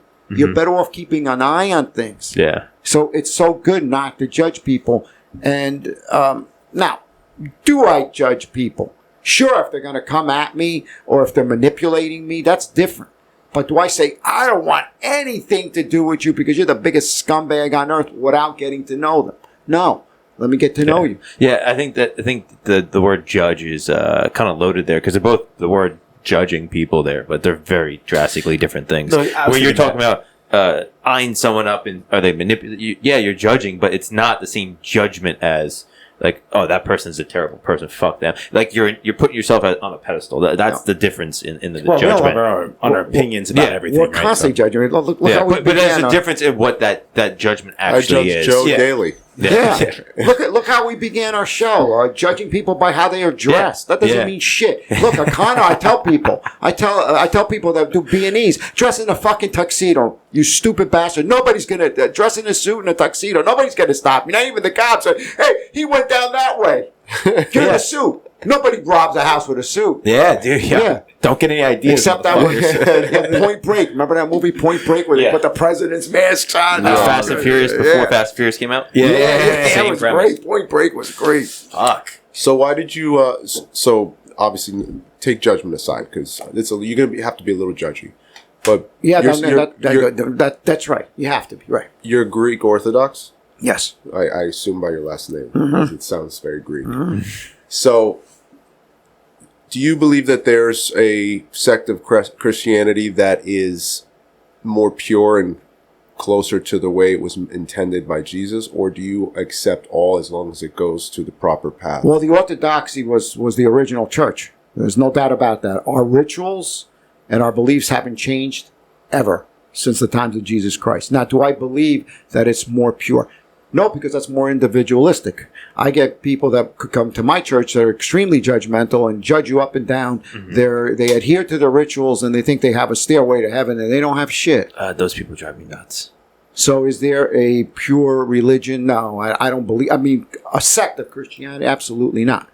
No. So what would prevent you from today? Say that it's you love them both. What would prevent you from? And I'm not trying to convert you. No, but go ahead. What would prevent you today from going to, like you were saying before, an evangelical, more non-denominational or even a sect of Protestantism where more focuses just on the scripture and just on Jesus as opposed to adhering to rituals. Well, same reason why you wouldn't go to Greek Orthodox. I'd be open to it. You would. Okay, you could come to church then. I would. 3 hours. You invite me, I'll That's 3 hours. But what do you? How do you my feel God. about They the don't ritual? change anything. God So bless 3 that hours. is How do one I of the feel about it? I mean, look, certain things we don't judge people for sure. So let's just say, well, we're against. If they believed in the same things I believed in, I don't think we're any better. I mean, look, I'm against abortion. I adhere to the doctrine of it, and if they follow the same doctrine, I'm cool with it. And I don't judge other religions, even if they're not Christianity, because ultimately it's up to God what happens to you when you die, not me. That was going to be my next point. Yeah. I like these conversations, and I want to throw and I want to get both of your views on it. Right. I am of the belief we all have souls. Soul comes from God, right? So we're all the sons and daughters of God. Raised Roman Catholic, I wasn't too strict into it, but I believe in Jesus. I believe in God. Yes. I'm starting to see that religion, I'm not shitting on religion, but it was used in a way to divide the populace. Because if we all have souls and we all come from God, then who's to say that if the Jew tells the Muslim or the Muslim tells the Christian that they're wrong, but then they think they're right, who's right? Well, What I'll let you handle that one. I think that you're confusing the religion with the agendas behind the religion. And I'll give you a good example. Mm-hmm. There's a very big narrative now of anti-Semitism because of Israel. They tie it together. Israel is pushing President so-and-so and our country to do this. AK, that means the Jews are evil and they just worry about this and money and conquering and anti-Islam. But if you look more deeply into it as being an independent thinker, you can easily make the determination that Israel now is not the chosen people from the Bible.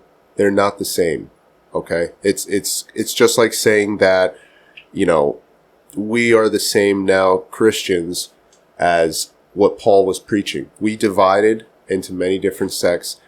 The chosen people, I don't know where they are now, because what they believed in and what's written in the Old Testament is not what Israel's adhering to. Well, it is in the Old Testament. If you read Some Isaiah, of it, but some of the it talks about political Jesus agendas. in Isaiah. That's different than what's happening. But in the Old Testament, which is the Tanakh, right? That was I thought it was the Torah, or is it? no, the Tanakh. The Tanakh was the Old Testament, which is what we believe in. But it talks about the Messiah. Actually, the modern Jews have not accepted Jesus as the Mashiach, the Messiah. That's the difference. But we could argue nuances. The way I deal with it, it's a nice philosophical discussion. I know what I believe, but I don't expect you to do it. But you could if you want to. But at the end, I'm not the one that's going to judge. Which is a good point. He went right down the middle. I'm trying to be for kind of sure. like pepper it For because sure. I don't. Good, I like it. I don't. People listen and they don't. But he's completely right. The chosen people, in my opinion, stop being the chosen people when they denied Christ. That's exactly right. So the modern day chosen people are us now. Are Essentially. Christians that accept Jesus Christ as their Lord and Savior. Those are the chosen people, and that's the fulfillment. The Jews are still waiting for the Mashiach, the Messiah, to come. We believe it was Jesus Christ 2,000 plus years ago. That's the only difference. Now, and then again, so I don't get into I'm not dismissing people and I'm not judging people. I always say, you know what? At the end of the day, I know what I believe in. I know that prayer helps me. I know that I'm around positive energy. That helps me. And that's cool, but I'm not going to say because you're a different sect or you're a different religion, or even if you're an atheist and you're a great person, that I'm not going to judge. Yeah. So this is the one thing I like to point out too is in the faith conversations, right? The people, the uncontacted tribes that don't know anything about religion, right? They don't know about Jesus Christ being the Messiah and all that. So at the end of the judgment day, does it come down to necessarily what you believed in, or is it more or less how you lived your life? Obviously, like if you're having ignorance on it and you didn't know about anything and you don't know about the religious background, I but like you live that your argument, moral. I have two answers to that I believe in. Number one, that Jesus will have his own judgment on them, just like when he was, essentially when he prior to raising from the dead, he needed, before he could save humanity, he needed to go to hell prior, and it's called the harrowing of hell. It's kind of like, I wouldn't say sacrilegious, it's kind of like a side thing, but I believe that he had to go to hell to judge those that didn't have an opportunity, that had died before him. Same thing. And secondly, one of the biggest things Jesus would preach is spreading testimony, spreading the word. That's on us.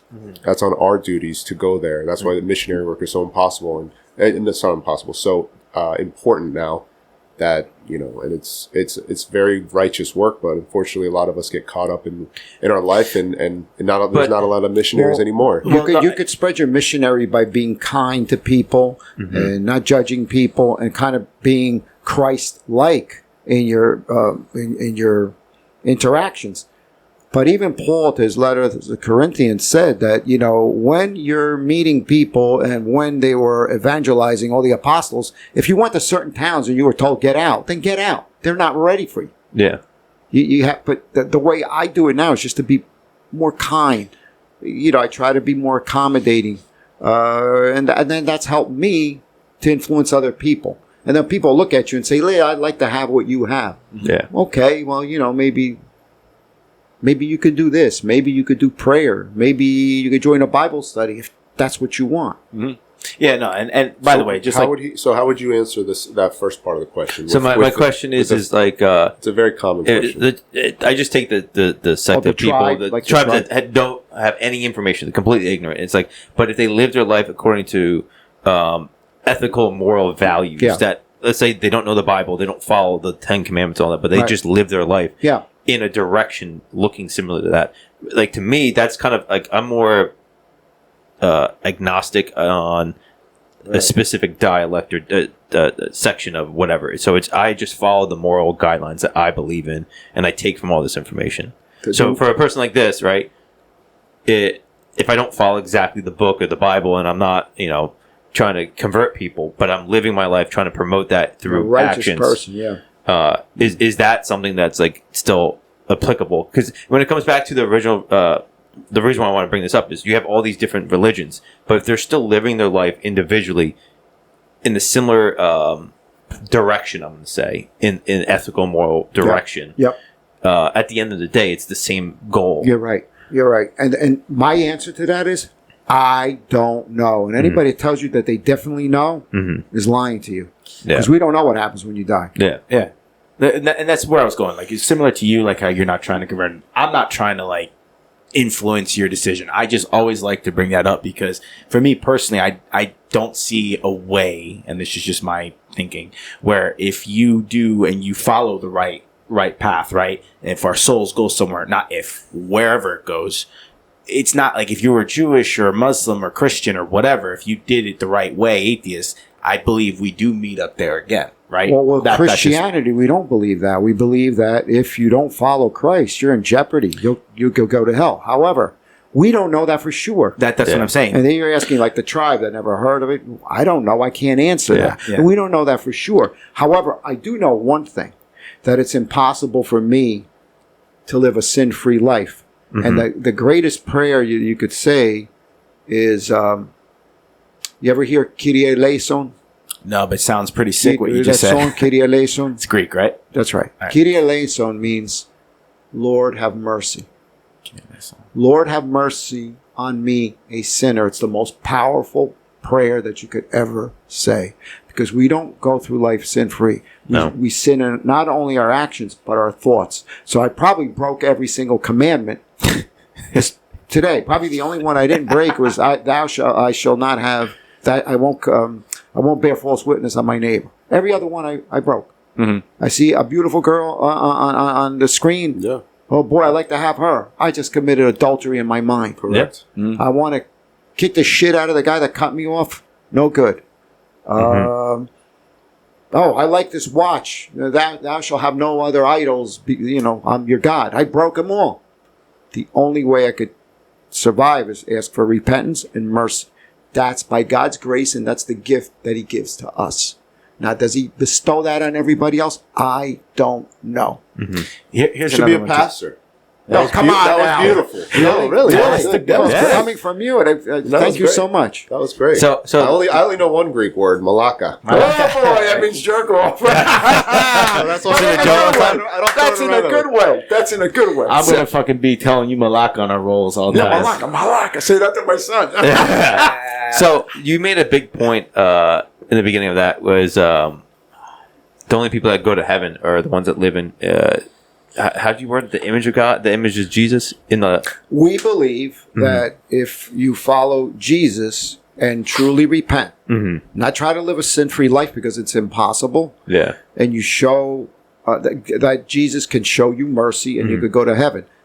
I don't know whether everybody we believe that, but I don't know what the judgment day will be like for non-believers. I don't know. So Perhaps the Lord will have mercy on them too. I don't know. So the way I look at that is, I think it could come down to an interpretation of on how it was preached or whatever. But if I don't believe in the same religion you do, but I live the same exact way in the image of what Jesus was, but I don't. My thought process is I'm living my life like Jesus would. I'm living my life because Right, this which is the- impossible. Yeah, but this is what I'm striving for, right? Yeah. So we're sinners, but like, okay, now, so that's the goal we're going towards. Yeah. If everyone's going to the same goal, but like, say I'm Muslim, but I'm living my life the same exact way you do. I know a lot of great It's Muslims. still in the image. This is my engineer argument. It's still in the image of Jesus, and in the teachings of Jesus. It's just my belief. It's not what Jesus said. That's the difference. That That's is the difference, right. Ultimately, the last, if there was a road and everyone's following the righteous road, the final thing, if you believe that there is no way to God except through Jesus, and that's came out of his mouth. And going a side note from that as well is he not only said that, but he said projecting it, and this is how I interpret it, projecting it and saying, I love Jesus, and then it's not enough either, because you will get there and he will turn you away saying, I don't know you. Yeah, that's Matthew. Right? But I think what you were saying, You're correct me absolutely if right. I'm wrong, is if you're just not like the Muslim isn't conceptualizing the idea but in Christ, they won't say it in Christ, but they're in the same way. They're going the same way. Say you're you know nothing, but you're growing up in the middle of nowhere, and you're just going like, I know morals, and this is like everything leads towards that same path, and it's not like they are into or not into or disbelieve in Jesus. It's just I'm going this direction. Yeah. So my opinion on how to dissect what this belief is, it's not necessarily if you don't believe in me. It's like if you disbelieve in me is more or less how I interpret it. Like if I come to Judgment Day. Well, so what's the only sin that there's no forgiveness for? Do you know what that is? Speaking, essentially blaspheming God. No, not blaspheming God. Blasphemy of the Holy Spirit. What's the Holy Spirit? Holy Spirit means that you know that there's a God out there, but you openly reject it. Yeah. That's the only sin that there's no forgiveness for, because you're not letting that force into your life. 100%. Yeah. Well, so that's do you that's what see I'm. the point? 100. It's basically going off of the I am. Yeah, you're just saying you don't exist. Screw you. I'm going to do whatever I want, and that's it. Yeah. You openly reject God. You openly reject Christ. That's what you're talking about. Now, if you're a different religion, again, this is splitting hairs. I don't know. Anybody that tells you for sure what's going to happen. When you die, if you're a different religion, and if you lived a righteous life or whatever, we don't know for sure. However, we do know as Christians that we follow Jesus because we're not striving for a perfect life. We're striving for a life where we know we're going to sin, and we, by the grace of God, if we ask for repentance and we believe and we try our best, we can't keep sinning. We have to repent. That's how we believe we get to heaven, because also Jesus said, I'm the Alpha, I am the Omega. I'm the first, I'm the last. So that's what we believe in. Now, other people think that's just a myth. They think mock us, and I've been mocked, and that's okay. I don't care. Yeah, I'm saying it happened. Yeah, I know. It's okay. Well, it's whatever. If you get mocked, I've had family members mock me, and it's fine. But my question to them is, I could be right, you could be wrong, or I could be wrong, you could be right. Are you going to love me regardless? No. Well, what do I got to lose? And the answer is, well, if I'm right, and I believe there is no God, nothing happens. You just die. What happens if I'm right? Then there is, and you're going to be judged. That's what and Camus the answer is, I am fucked. Yeah. That's what Camus said. One of my favorite Albert Camus. He was a writer, right? He was Camus? Camus. He's like existential writer. He wrote The Stranger. Okay, yeah. He said that was one of his quotes. He and existentialism has got to be one of the most. I'm personally, I don't think it's very religious at all. It's like about your being and what's my purpose. Yeah. And he said, I'd rather believe in God and die to find out that he doesn't exist than to live my life not believing in him and to die and find out that he does exist. Well, what happens this? Let's put it this way, because obviously with Jesus, right? What if it's not from and this, a lot of people don't like to hear this, but I'm going to say it anyway. What if it's not when it's, I am the way, which I truly believe he is the way. What if it's not, oh, I am the way, you must worship me? What if he was just being like, guys, I'm showing you the way.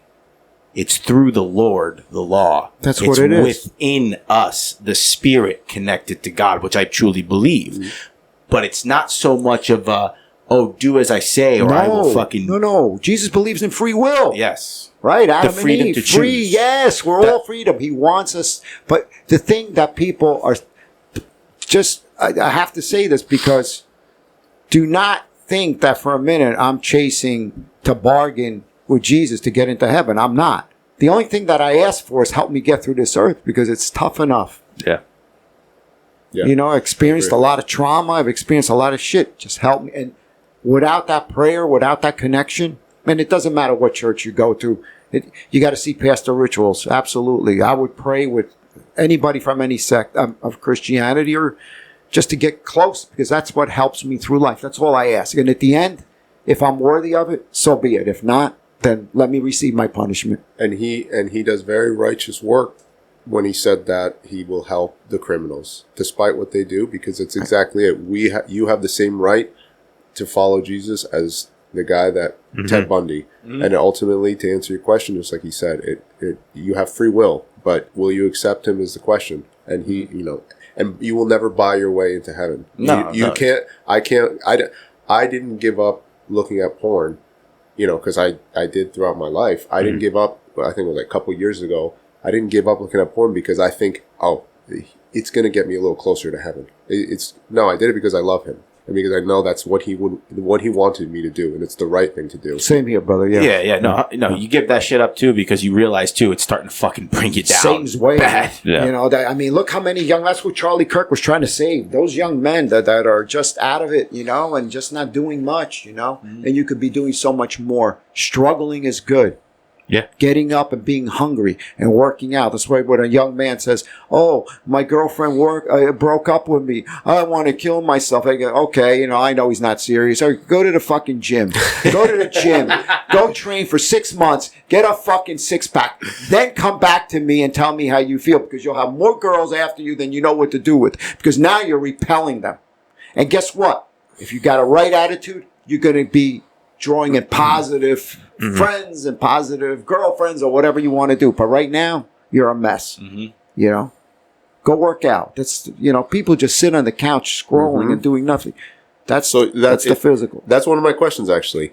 If you have all these young guys, some girls too, but this anxiety epidemic, this this mental health epidemic. I gotta go to the counselor. I gotta get evaluated at schools now because I said this, I said that. It's so fucking annoying. If you have a solution, or if you have something to tell them, or to help society and these young people, is it just tough? We all dealt with it. Toughen up and just parents smack them a little harder. Or is it get off your phone? What would you say to? Yeah, get off your. Yeah, exactly. I mean, right now we are so sensitive. We're over therapized. Everything's an issue. It doesn't have to be like that. It's annoying. That's how you know it's legit. Yeah, it's so so you know it's an annoying. issue. That's his job. And then when I give them legitimate answers, physical, go work out. You're sitting on the couch. You gain 40, 50 pounds. You look like shit. You don't take a shower every day. Who's going to come near you? Yeah. Nobody. And these are girls too. They want to be handed stuff. Psychological. You're a mess. Everything bothers you. So work out, then train your mind. And then the last part is spiritual. Start prayer. If you want to get into Christianity, I'll tell you exactly how you could do it. Read the Bible. Or whatever. Stay away from other ritualistic stuff that has no bearing. But you'd be surprised how much better you'll start doing if you want to put in the road work. If you want to put in all the work, you'll do it. Unless there's something rough. You're hearing voices, obviously. If you're using drugs, then you need to clean up. You need to go to rehab. But we're over-therapized. I mean, I've never seen anything. Everybody's so sensitive. What was it? I'm offended. Yeah. I started hearing that shit maybe in 2011 or something like that. At first, and I'm older than you guys, but I didn't even know what the fuck they were talking about. What do you mean you're offended? What did I say? What did I say that was so offensive? Here. What did I say that was so offensive? I don't get that. But then they were offended from what you said. Yeah. But what I'm trying to say is... Get fucked. Yeah, right. Which is crazy. Yeah, but what I'm trying to say, though, that it's such a minutia that younger people imitate each other, and they can imitate each other not just from school, from the classroom, or when I went to school, because now through social media, it's like millions of people doing the same thing. Mob mentality. So it's like a mind virus and a spiritual virus. Yeah. Yeah. You know? Do you think with the therapy side of it, do you think it's just the different styles of therapy that have come out? And it seems like more the mainstream type of therapy is like kind of just coddling of people and not really like therapy. Like you're saying, go work out, right? That's statistically been shown to be better than antidepressants for absolutely. showing positive improvement. Yeah. But I seem like Going out in the sun. Yeah. Go on the How about sun. that? Go out in the sun instead of sitting in your basement. Push-ups. Yeah, but it seems like a lot of the stuff that's come out in the modern day therapy is almost like the quick and easy, like we said before. Avoid any kind of medication at all costs unless you absolutely need it. It's the medication. It's the quick and easy, dirty, sloppy laziness of everything's just some coddled. people may need legitimately the medication. Okay, besides that, 1%. So, but what happens whatever. is they don't want to put the road work in. The other tragedy is that certain styles of therapists, they mess you up even more. Yeah. By overcomplicating your life and push you in a direction where you become dependent on them. Mm-hmm. You know, it's that lawyer that's just milking the case longer because people usually are in that gray area where you can kind of get them on their own. You don't need me anymore. Isn't that the goal? Well, it should be the goal. For me, it is. That should be the goal, I should say. For me, it is, but for a lot of people, it isn't because, like you said about lawyers, well, they want to keep them coming because it's more money. I mean, I hate to say it, but that plays a big role in it, you know. And I'm not saying that some people that are chronic, they might need the help, they might need the support, and that's cool, right? They might need a group, the support group. That's cool, but people. There's nothing wrong. I think that what's coming out of this is there's nothing wrong with going to seek help and improving and move forward. The issue comes is the wrong the approach where you're based. It's like you're helpless to it, and you just have to come to me all the time, and I'm the therapist, and I'll tell you everything, and you just always have to. You become dependent on the therapist, and you lose your internal locus of control. Yeah. You're seeking something outside of you, right? Yeah. To help you permanently, where you should be internalizing what is being said so you can interpret what's coming to you, the stimuli from the world. Somebody could call you a bad name. Somebody could cut you off. It's not that somebody cuts you off that determines that you chase them down and try to hurt them or whatever. It's how you interpret that. So you could say, okay, cut me off, everything's cool, okay, sorry, whatever, and move on. And other people may interpret it a different way. They may chase you down. They may, you see it all the time, I'm sure. Road rage, right? Yeah. The road rage is crazy. Yeah, it's great. It's at all-time high too. But think about it. So you could use that road rage analogy for any aspect of your life. Yeah, for sure. You know? I think that what I'm hearing the difference is this is my analytical brain, is proper therapy is coaching. It could be coaching unless you really have something really wrong with you, and then you need a higher level of skill to be able to determine but what still, it is. at the end of the day, so you have to have some diagnostic specialty or whatever. But at the end of the day, I mean, the coach isn't there to play the game for this player. It's there to guide them so that they can play the best game possible. Yep, that's a good analogy. Versus like I don't even know what the other option would be, but it's almost like a dictator or like a slave driver. The other option would be like a pinball machine. Yeah. Yeah, you're here, and then you're here, and you're all over the place. Right? That's not good. You get more confused. Master. Well, I've seen people come out of therapy sessions more upset than they ever were going in. And people say, well, you know, they discovered stuff about themselves that they didn't like. Not always, because they're getting worse. Yeah. You know? You know, there's something that you said in the beginning of the show I want to go back to since we're on this, and just want to give you my thought on it, and you know, you both can interject. With men. Wrong. I concur. With men, right? So, yes, I understand as men, you have a role, right? And this could be for both men and women, by the way, what I'm about to say. There is a difference between perpetually complaining, thinking you're a victim, being quote unquote soft, right? And over emotional in the wrong way. And then there's a difference with being like, hey, man, I need to bounce something off you, dude. This is just like, this is really bothering me and it's eating at me. And then allowing that person, that friend to go up, right? And then once you let it out as many times as you need, as long as you then try to go on the right path to change it, go to the gym, whatever, right? That is like a good way. But I feel like most men are scared to do that because they think and affiliate it with being a fucking bitch. And a lot of men will not try to help because they have their own issues. Instead of being open to it, they say, well, I have my own issues, fucking figure it out. Where I think if you stuff it down, at some point it's got to come up in your life 10, 20, 30 years down the road. And then who knows? About it, you don't grow. Yeah. Yeah. What do you agree? Like, what do you think on that? I mean, yeah, I agree. I agree completely. I agree, but I think that it's good to have a group of men that you trust, that you could show your vulnerability to. Now, I'm not saying you can't do that to women, but I got to be honest with you. You show your vulnerabilities to somebody you're dating or you're married. They're not, I hate to say it might whittle down the respect that they have for you. That's why I said something kind of real but harsh. Like men are expected to, we're expected to suffer, to endure. Yeah. All types of hardships. I mean, I'm lucky I have some guys that I could just actually pick up the phone and say, listen, I'm having a fucking bad day, man. I could just let my hair down. I wouldn't really do that to any woman at all.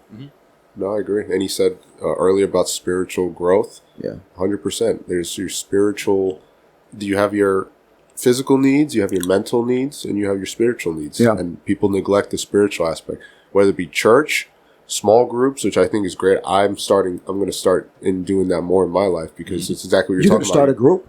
I actually got invited at Pure to a few of the guys. It's not even part of my church. It's a Christian men's group, and they just meet, and Ari's part of it. And man, that's good. I'd like to come to that. Yeah. Let me know. Well, definitely. And they just sit around and just bounce things off. I do a Bible study on Zoom, and I got guys from all over the country. But what's your suggestion is pure therapy, because you have like-minded men that aren't going to judge you, and you're going to be able to bounce stuff off of and get real answers. You got to bring your son, though. He won't go. Maybe. I don't think he will. That'll be the goal. You know what's funny? But it's gym related. So say we're talking about jiu-jitsu, and then we'll just we'll get him and tie him down. We'll talk about religion too, right? Yeah. You know what's funny about Paul, though? And I'm going to give Paul credit, so I'll shout out to you, Paul. I'm going to embarrass you right now. No, I'm not going to say. I was warned not to be nice to you, and not to be embarrassed. I hope I didn't embarrass you. No.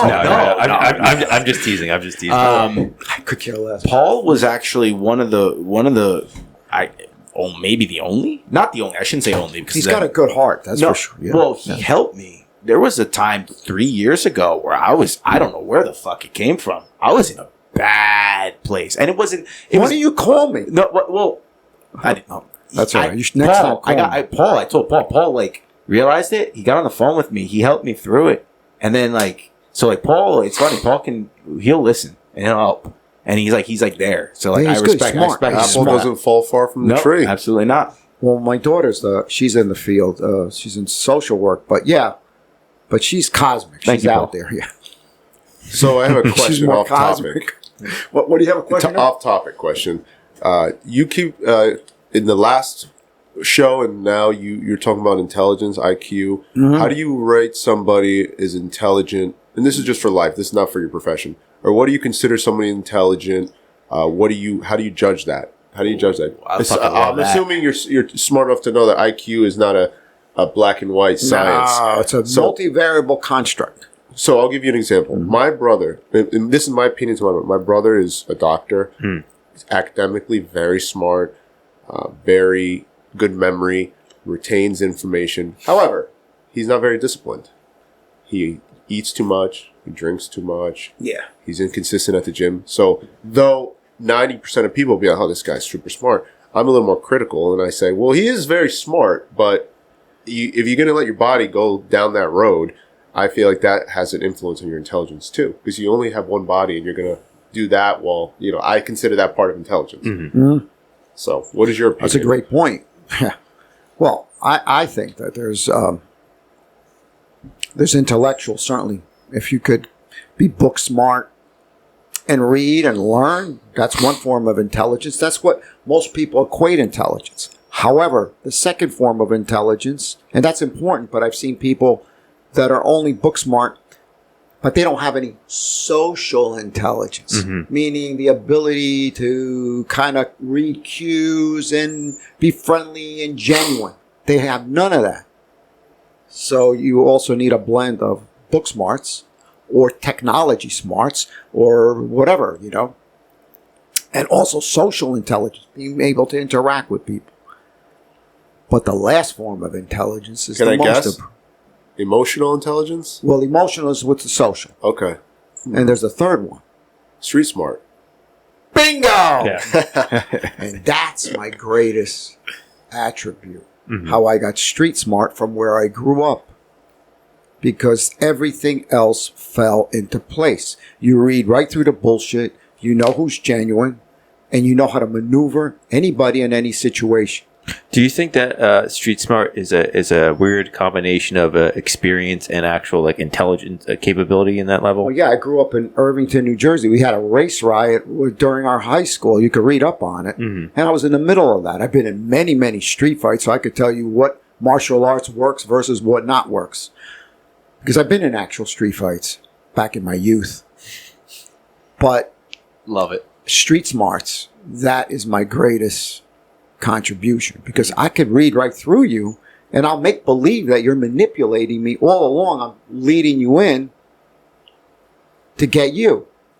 And you think you're manipulating me, but you're not, because I got you. Yeah. I concur.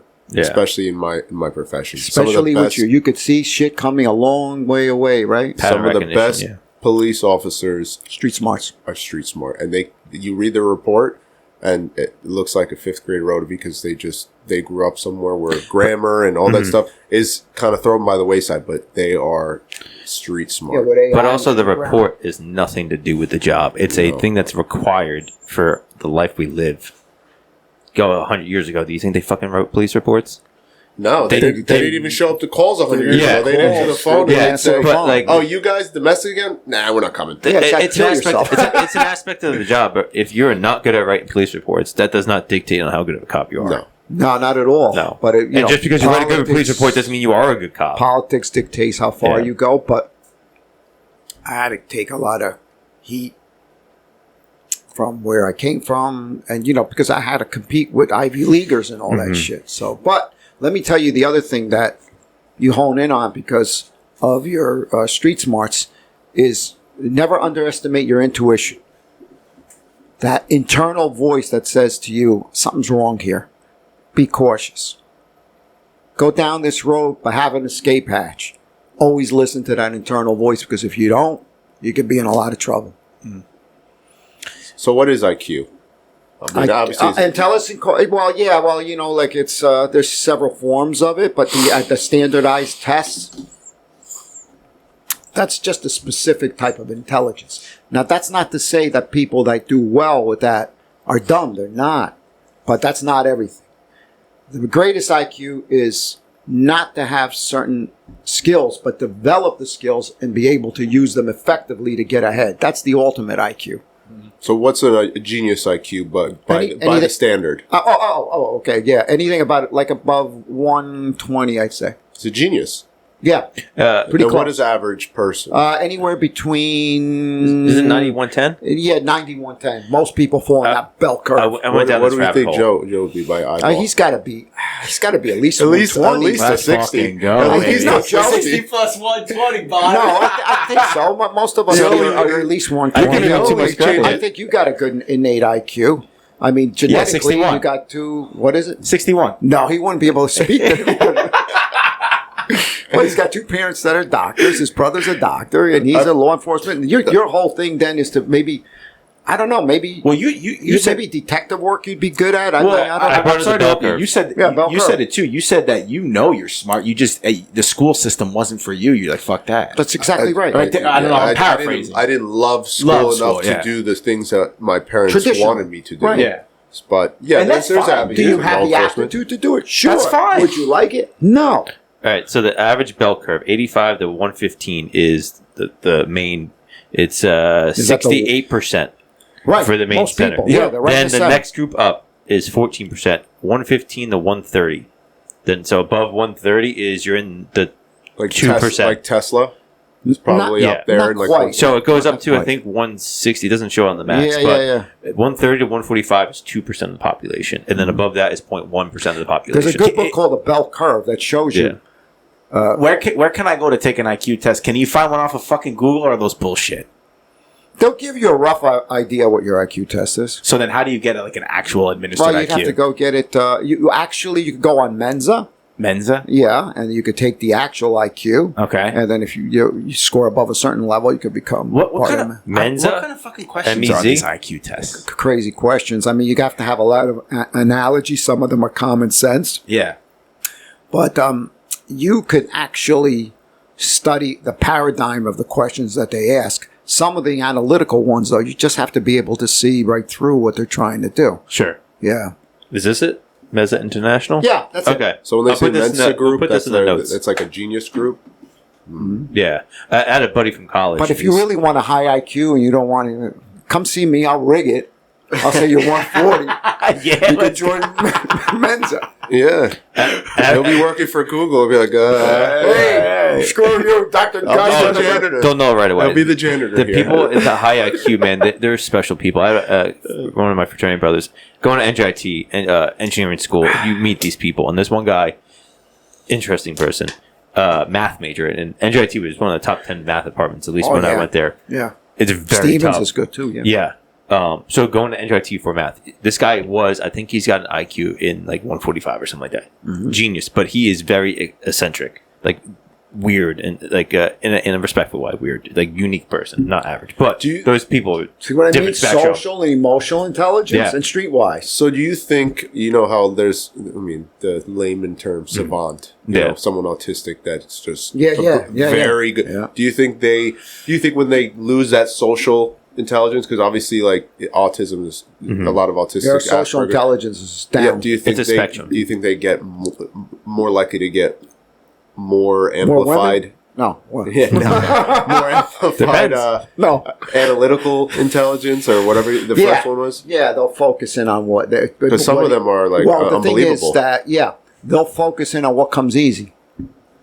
The street smarts comes in, right? The street smarts comes in. You focus past your level of being uncomfortable. Yeah. Yeah. That's how you get ahead of anything. Yeah. Yeah. For Yeah. sure. You have to be uncomfortable. There was one young guy that I saw a long time ago. Again, here we go again. With girlfriend broke up. I said, listen, dude, I'm shy. I can't go up and talk to anybody. I said, listen, you got nothing to lose. Here's your assignment. And if you do it, you could come back. If not, don't even bother. Go up to 10 women between now and next week and ask them out. See what happens. I said, dress halfway nice, take a shower, do your hair real nice. Anyway, he did it. He comes back. He goes, I got a real problem. He got 8 dates. He got like 3 or 4 of them. Let's go. It's such a problem I to said, have. see? That's a pretty good sales pitch. I said, you and that's, and that's cool. I said, none go, of them may Joe. work out though. Don't come back in here and have a quadruple, suicide attempt or whatever. Yeah. It may not work out, but you see, there's plenty of people that like you out there. it's just you can't get lost. No, it's always the limits you put on yourself, right? Right. Getting out of your comfort zone, you realize that you were just You gotta limiting get out yourself. of your comfort That's zone. It was really what it was. Prayer is good because if we get lost, right, the lost sheep, we could get drawn back. We all lose our way. Yeah, absolutely. Fucking love that. Mensa? M-E-N-S-A. Mensa. We're gonna put in the notes. All right. It means shit. I mean, yeah, for sure. Well, I had a conversation at work You about could this. hide behind that. Yeah. Say, hey, you mean to go, hey, I'm 140, I'm a member of Mensa. How much money do you have? Do you drive a Lamborghini? Yes. Because other than that, I don't give a shit about you. And if I'm 60, I'm going to be like, doesn't mean shit.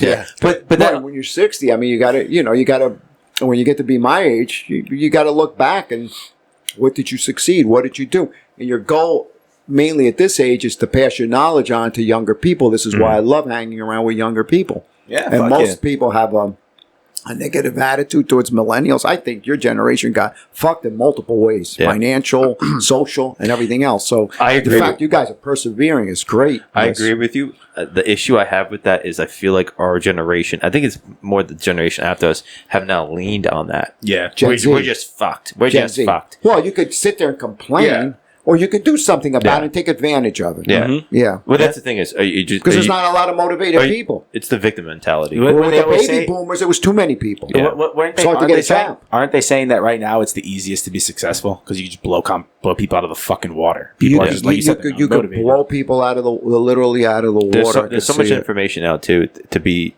even mildly successful. It's easy. Yeah.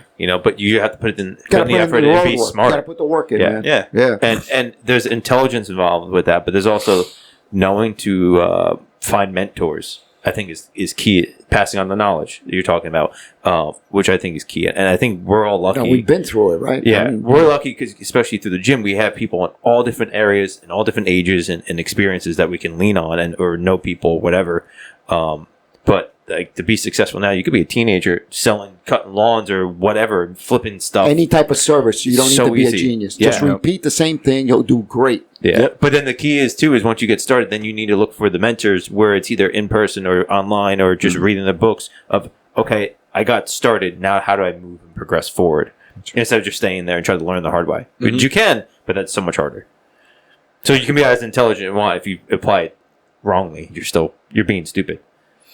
I've seen very intelligent people with a very high IQ do some really, really, really dumb shit. Yeah. I'll give you a quick example. Yeah. There was another psychologist that a woman approached him. And actually, she was looking for citizenship, but, he thought he was in love, told her all the right shit and all that. Anyway, he got married to her, and I just kind of warned him. I said, look, dude, she's a lot younger than you. Like, oh, what are you trying to say? You're just jealous. Oh, okay. She's got a high life insurance on him. They went to Mexico, and he never came back. He died and fell off a cliff in mysterious circumstances. She can admit to that too, and it doesn't matter because it was in Doesn't Mexico. matter. Yeah, it doesn't matter. But what I'm saying is, Yeah. I warned him. Yeah. He wrote several books. He wasn't streetwise. The first thing, like at my age, if a chick's like in her 30s, let's just say, comes up to me, I'm at a bar. My first instinct is going to be what? That I'm so fucking great. She doesn't know me from a hole in the wall. She's got guys to look at like you. She comes up to me. Yeah. And I'd say, okay, what do you want? Like, is it another national that's putting you up to try to extract information from me? Who the fuck are you? That would be my first. I wouldn't say that to her. Of course, I'd be very polite and nice Give and people tell her I'm not opportunities. interested or whatever, because I don't know who she is. But I'm not going to think I'm so great because I'm not. This ulterior motive, Yeah. you see. Interesting. That's what's being streetwise is like versus if I, hypothetically speaking, if I met a woman in the church and I got to know her over time, that's a whole different ballgame. A whole different ballgame. Are you still married? Yes. Okay. Yes. Not that I'm looking. No, I'm I'm just just- saying hypothetically. Got you.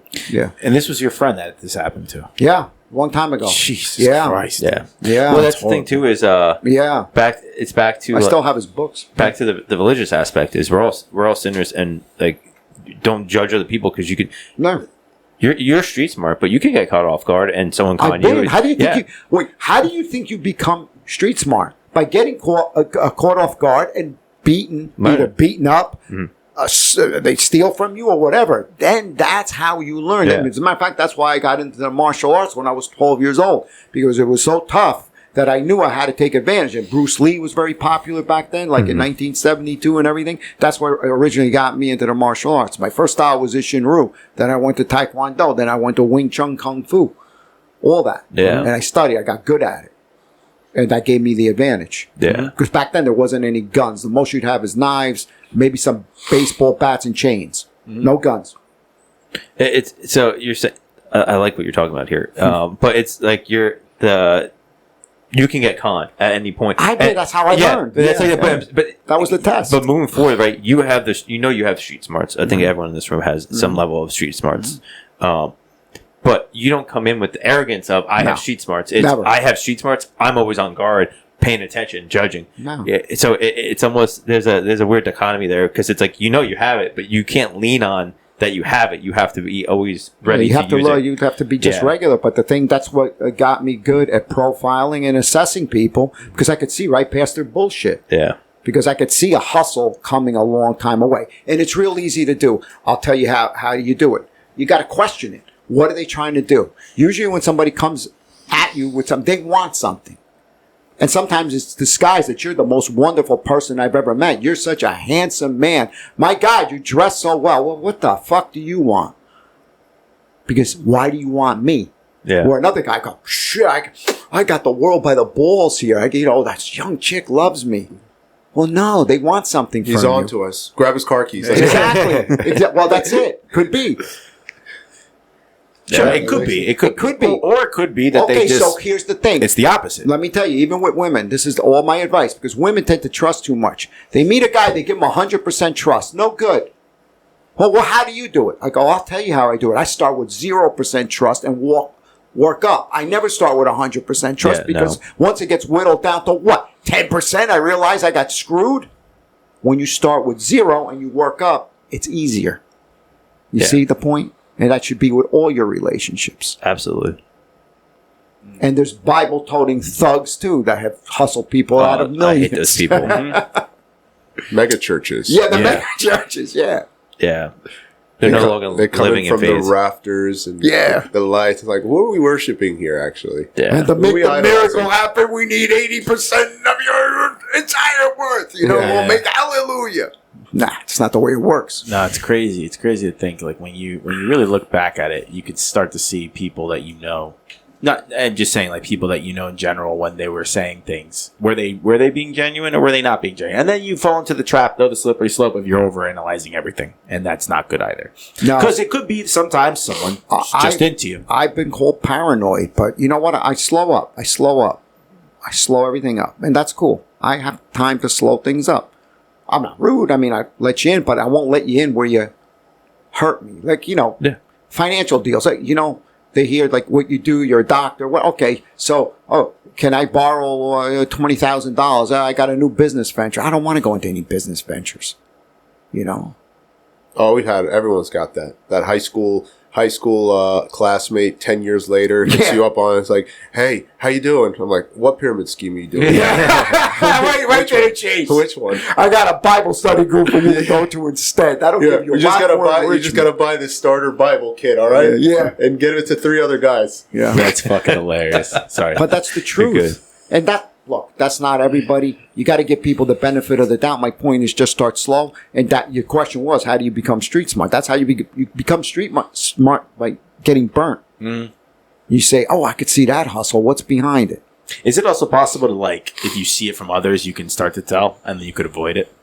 I could kind of feel it. Yeah. I mean, for most people. And then the thing is, real key, I mean, you don't want to judge people, but you don't want to ever put yourself in a situation where you're going to get brutally hurt. That's why I like to be very upfront. That's why I've always been this way my entire fucking life. Great. But it's just so much easier. Yeah, you have to worry about it. Like, hey, is this a sales call? Yes. I know people. I know people who are like, oh, well, we're just trying to get updated on account. Motherfucker, it is a sales call. Of course it is. 100% a sales call. Because they could be taking your voice using AI. Yeah, literally. Or, Awesome. no, but it's the same thing. Like, I get asked that, not a lot, but sometimes, hey, is this a sales call? Yes. It's a loaded question, but I don't give a fuck. I have nothing to hide from you. Do you want to buy it? No. Yeah? No? Okay, good. Goodbye. The person asking that question, though, too, it doesn't matter if you lie to them or not answer the question. Yeah. They're still not going to, you're not going to get the sale. Yeah, no. If you get that sale, be very Exactly. impressed. And you want to know what, guys? I don't know what it is with lawyers, man. No heat against lawyers. What is your obsession with asking if it's a solicitation? Just fucking ask me if it's a sales call. Hey, is this a solicitation? Yeah, don't like it's a fucking sales call. Yes, Like Saul Goodman. Remember Saul Goodman with Breaking Bad? I've never seen that one. Oh, you Breaking never Bad? saw Never Breaking Breaking Bad? Bad, no. You never saw No, Breaking I Bad? am You saw horrible Breaking with Bad? TV series. Yeah. Yeah, that's great. I'm horrible. All right, Game of Thrones, never seen it. Breaking Bad, never seen it. Better Call Saul, never seen it. Sopranos? Never seen it. Wire? Sopranos? Never seen it. All right, You so never here's seen the The Sopranos? here's the Never. order that Wow. you need to do it. Ready? Okay. You got to see The Sopranos first. Absolutely. Then you're going to see Breaking Bad. Yeah. Yes. Then you're going to see The Wire. Yes. Because now you'll be more. What I tell my wife, I tease her all the time. Which when I met her, she watched Diarrhea, like Yeah. just date shows and just The Bachelor. And then I developed her taste like wine. So now I can show her a good movie, and she'll actually enjoy it because her brain wasn't susceptible to good stuff. So you Yeah. watch those three, and then the last one was Game of Thrones. You can wait on that. Like good food. And don't forget, watch Sons of Anarchy. That was Yeah, really that was good. phenomenal. I've never seen that one you either. might want to start with. That's Or the the easiest to Mayans. watch. The Mayans. The Mayans? After that. I didn't even finish that. How one. about the other one from Montana? I haven't seen that one. Yellowstone? I heard it turns into like a soap opera. Really? What have you been doing? Not watching TV. Good. What do you do instead? You read? I haven't done it in a while. But I He's used to learning read. how to read. No, I used to read. I used to read 10 pages a day every day. And then after 3 years, I got burnt out, so I haven't read anymore. But I love reading. Well, read the Reading's fun. Bible. What's up? Number Yeah. one. Number one Bible. Start Yes. with the gospel. Yeah, start Did you with start with the ever New see Testament. Mindhunter? Yes, that's very accurate. What That's is that? actually 'Cause one I of the thought of units. you. I thought of you. the behavior analysis unit. Yep. What is this? It's only 2 seasons. They lost funding. It was David Fincher, who was phenomenal. It's on Netflix. It's It's on great. Netflix. Yeah. It's 2 seasons. It's very real. It's like when That's the how it FBI started. developed Profiling. the serial killer Behavior profiler. analysis unit. Is this a documentary or is this It's a a show. It's a show. Yeah. You know what's funny? It lost funding. Or is there a way that it lost funding? I don't know enough. I think mean it the was show just lost too over funding. because you know the people that watch Netflix. No, Yeah. judging again, but it's a lot of just like people want 10 minutes of like Mindless Netflix. bullshit, So yeah. it went over their head probably. Way over their head. Yeah. A lot of the shows are overly complicated and they're convoluted. They're not enjoyable. This was particularly good, but it was well done and very Mindhunter. accurate. Keep an eye I on got a that one. couple last question. I'm just gonna rattle off conspiracies. I feel like that's a good, and you just tell me if it's if you believe it's true, it's not I true. love this. Or partially true. Well, yeah. Well, let's start with a yes or no. Yeah. Then we'll do a lollipop. Okay. The initial moon landing, did it happen? Yes or no? Yes. And you're very, very confident in that. Okay. Because you see the process now with how much technology has grown, how they're trying to do it again with this latest whatever, and how it's a process, and you could see it's a little harder to believe. With then they just shot right there, boom, came back, and we're still working on it. But Well, okay. we'll find out because the debris that we left on there should still be there. They did not. So I just watched the whole Artemis mission. They flew around the moon. Apparently, they did not have video footage when they went past there. They They did not have Yeah. video. So footage of everything's the land. on Netflix. They did a live stream, which was Oh, that's awesome. convenient. Well, maybe when they they went didn't back- land. Maybe yeah. I'm wrong. Yeah. Maybe they- So whatever. They say Stanley Kubrick might have directed the Yeah. moon landing. That's So- I here- know the theory. Yep. So here's my theory that never gets talked about. Why can't it be both? Could it be that we actually went to the moon, but we didn't have any video footage that we were capable of doing that? So it happened, but they filmed it so they can show it to the public. I think that it could be either. Could be either. See, the Or a problem spectrum with of it all. conspiracy theories is there's so much bullshit Yeah. and so much truth blended in. Yeah, that's what they As do. long as at the end of the day you At could the end say, of the day, who cares? Who cares? Right. Pretty much. It's fun to talk about, but Yeah. if you're like strictly obsessed with them, that's where you're going to Yeah. find I problems. could tell you back then that we were having a kind of political war with the Soviet Union. So if we faked that, they would blow that shit out of the water because it was the space race. Well, here's the thing too: is the faking it would be financially motivated because I know the big thing that push on that is they wanted them to waste so much money on the space race, that they were financially depleted for the military stuff too. So there is a financial motivation to it. Yep. Yeah. Anything's possible. Yeah. So Next one. Yeah. Las Vegas shooter. You familiar with him? Yes. Inside job or not? Inside. Thank you. 100%. I don't even think inside job is even the proper way to word that, but we'll leave it at Yeah. that. Fair That was enough. an inside job. JFK. Who killed him? CIA. CIA. Yeah. With Help CIA of the working mob. for. Directly or indirectly. Now, the thing you got to always indirect. I mean, I think our intelligence agencies are perfectly capable of hiring Absolutely. anybody to do the job. They do it We know overseas. one Wasn't thing, Lyndon Johnson hated Kennedys. and wasn't he head of the CIA before becoming vice president, or am I making that up? Actually, Or not head, or no. was it- It was George H.W. Bush. Yes, he was head of the CIA. Okay, then, but was he part of the CIA when that was? Yes. Okay. Well, there we go. So, and the Warren Commission was a joke. So Yeah. the thing you got to remember with that is, they got Lee Harvey Oswald, who lived in Russia. He was definitely affiliated with the CIA, no doubt about it. I think he was a patsy. Mm-hmm. I think there was other gunmen there that did the job, and I think that for sure we know that Jack Ruby, that killed Lee Harvey Oswald, Jack Rubenstein, was part of the mob in Louisiana. And the head of that was Carlos Marcello, who was with the outfit, which is the Chicago mob. All that was interrelated. The Chicago mob from like the Capone era. Yes, the outfit. Yeah. That Wasn't was there Sam Giancana when that happened. But you see, there's enough shit thrown around out there, so you don't know what happened. But do I believe we orchestrated it? Yes. wasn't there some connection to with MK Ultra as well? That was my next one. Within that? MK Ultra. Well, the only thing I know about MK Ultra, it was a CIA experiment That's using declassified. LSD. Yes, Yeah. declassified. That's not You can even read up on it. conspiracy. That's No. a conspiracy So that fact. the one that killed Yeah. the other Kennedy, was it Sirhan? No, I don't think it was Sirhan. You don't think so? No, I don't think so. CIA You again? think he was? He was a plant. Yeah, they gave him enough drugs. Yeah, he did it, but it gave him enough drugs. It could have been another gunman there too. Are they using MK Ultra nowadays still? Whatever it evolved into. They have more efficient super drugs. So maybe the Las Vegas shooter, Yeah. possibly. Oh yeah. Oh yeah. The Las oh, Vegas yeah. shooter was, this guy Ian Carroll did a whole It breakdown. just makes no sense. So if you look at the Las Vegas shooting, there's a whole conglomerate of data of 911 calls, video footage, and all this stuff.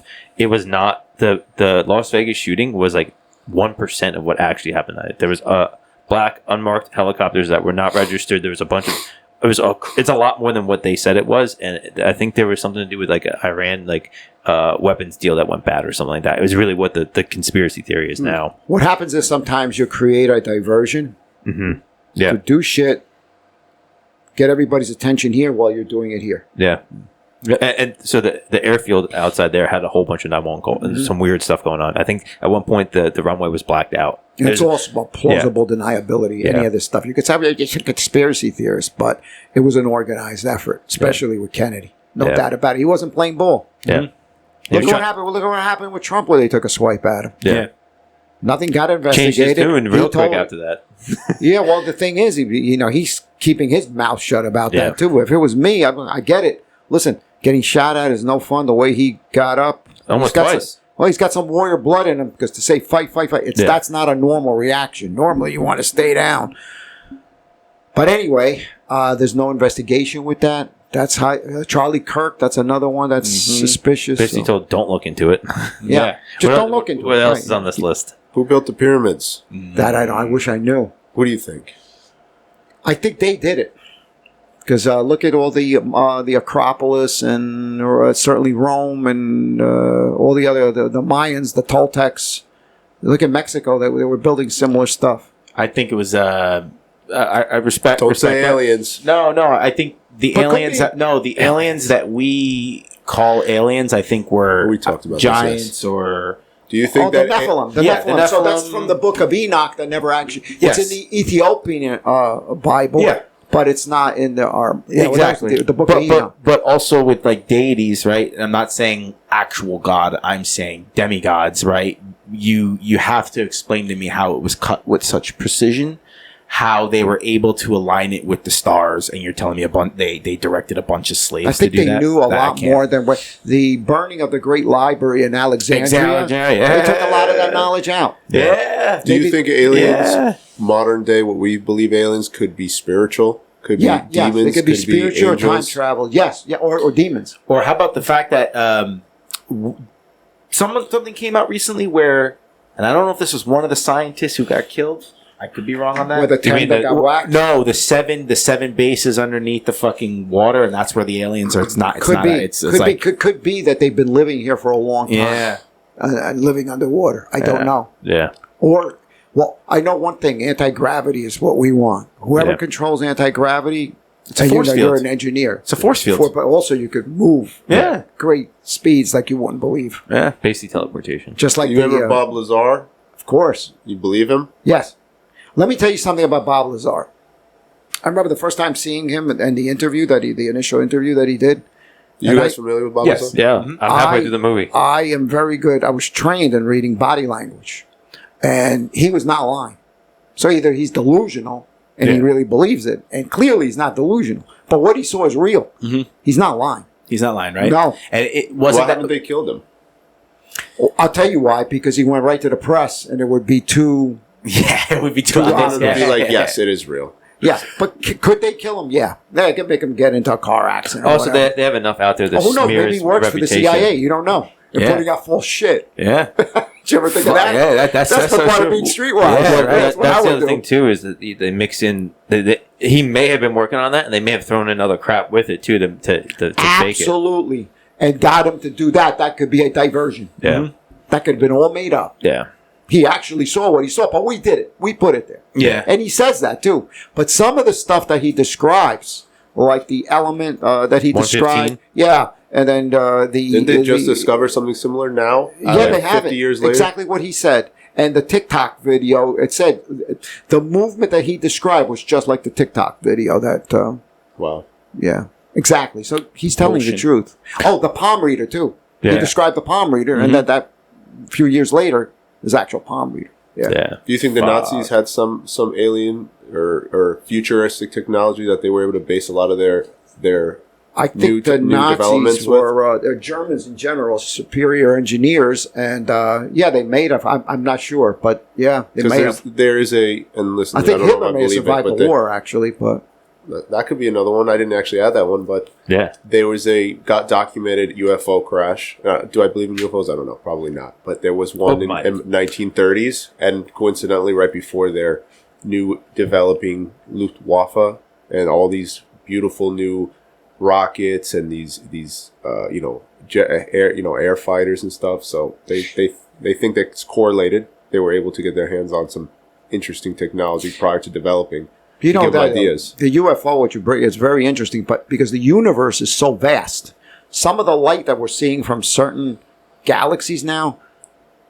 I mean, dinosaurs were roaming the Earth by the time we saw that light. For it to travel Yeah. at the speed of light, it's unbelievable vastness.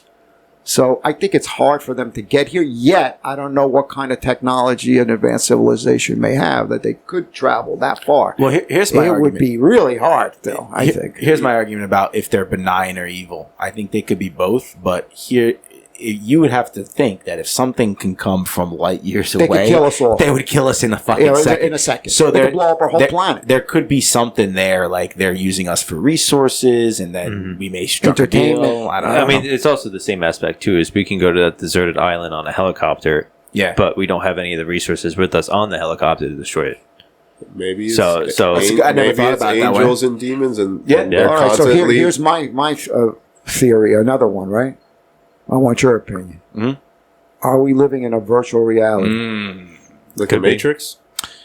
Even worse. I don't know if I believe that we're in a actual video game, but I think there's components of our reality that we're starting to see is malleable and bendable that Yeah. would make it seem virtual. But I think a it's just, possibility, right? I think it's just within God's creation. But I truly do. They are starting to see that quantum isn't as people throw away quantum physics and quantum as bullshit and all that's all crap. But they're starting to see you really can bend time. Yeah. And Einstein fucking spoke about But it. here's the thing, too, is... the theory of relativity, you can bend time. Yeah.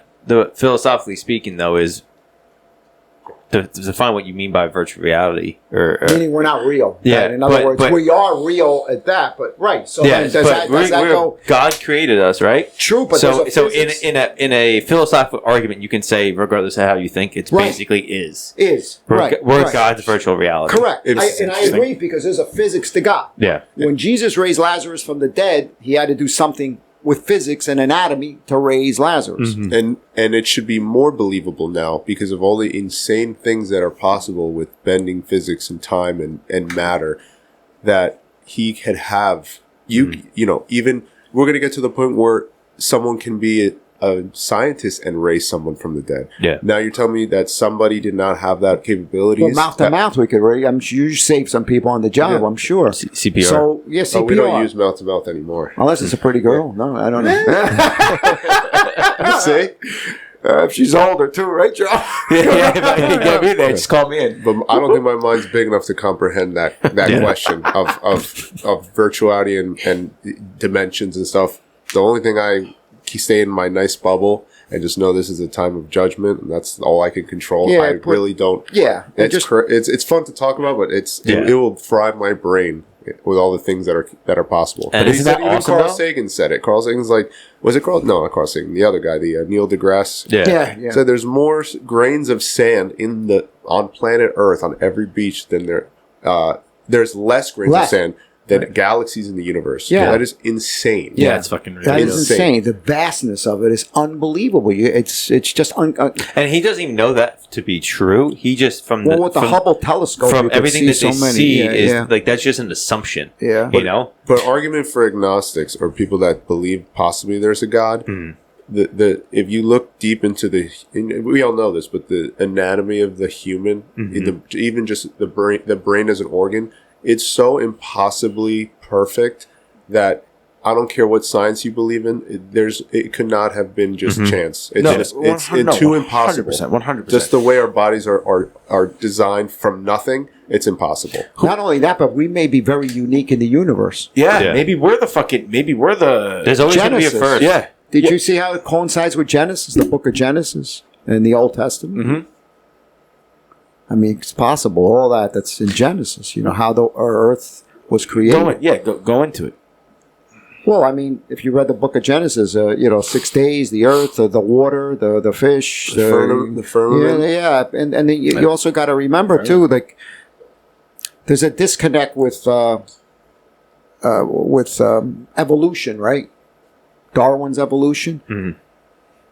I mean, I don't really believe we evolved from apes, because how do we skip what we skipped to develop these brains? So there had to be a higher order. That's what I think. For sure. Yeah. And Other people think that that's not the case, and I respect that, but that's not. Well, I have and I believe you. I try, but I'm going to pretend I don't. Yeah. The other side of that coin is that our history, just like the pyramids, just like everything else, is incorrect, and that there were multiple species of humans that came. They're now saying that Neanderthals, who we see as like pretty much apes walking, were actually very intelligent. Well, they were very intelligent. Probably we might have Neanderthal blood in us. Yeah, and they crossbred with humans, and they, for whatever, they fought, they died off, and we survived. Book of Enoch. But they taught me in school that Neanderthals were dumb and we were smart and we lived. No, well, they're actually saying they were very smart. Do you know what we had that the Neanderthals did not? We have the innate ability to kill more effectively, and we killed them. So here's the thing. Going off of your because this is what I was going to say. Everything could be false. Not everything. A lot can be misconstrued. Well, if we're in a virtual reality, then everything's false. For sure. I shouldn't be so absolute. So it's like a video game. We're in GTA, San Antonio. Exactly. No, but think about it this way. Neil deGrasse Tyson, right? Yeah. I'm not saying he's full of shit. He's a physicist. No, he's a smart guy. A smart guy, right? Except for when he talks about gender. Yeah. It gets lost. But what if, though, as part of some sort of psyop, you get someone like Neil deGrasse Tyson who has so much pull and has a lot of influence, right? So he's right about physics, but then the galaxy with the grain of salt or sand. What if that's like you hear from Neil deGrasse, you're like, oh my God, there's more galaxies than there are great because Neil deGrasse said it. What if he's lying? What if he's lying, right? Like, That's you why never know. Well, I'm not he's not saying lying. is. He's just comes wrong. down Maybe to- just wrong, yeah. Comes down to, is it going to let you affect your life or not? Exactly. I like to hear it. I think, Exactly. it takes about 5 seconds of my brain. It gets scrambled. I Exactly. say, well, that's really cute. And then it goes away and then I live my life. Well, here's another one. Here's another one that, and I think this is a psyop to delegitimize your argument. Flat Earth. I don't think the Earth is flat. I think that terminology got introduced. So if you question anything about modern day understanding of the globe, even though if you believe it's a globe, you get called a flat earther. So now you don't want to say it Or anymore. conspiracy theorists. Yeah, exactly. It's the same thing. Same thing. It's like Yeah. a tinfoil It's a hat. diversion. Yeah. Tinfoil hat. All right, then we got 2 more. Go ahead. Are you familiar with Pizzagate? Pizzagate. Now, I'm familiar with pizza connection with the mob in New Jersey. Is that what we're talking about? Different conspiracy. Pedophilia ring. Yeah, so I'll give a basic. So we'll ahead. skip that one, but I'll just briefly speak about it.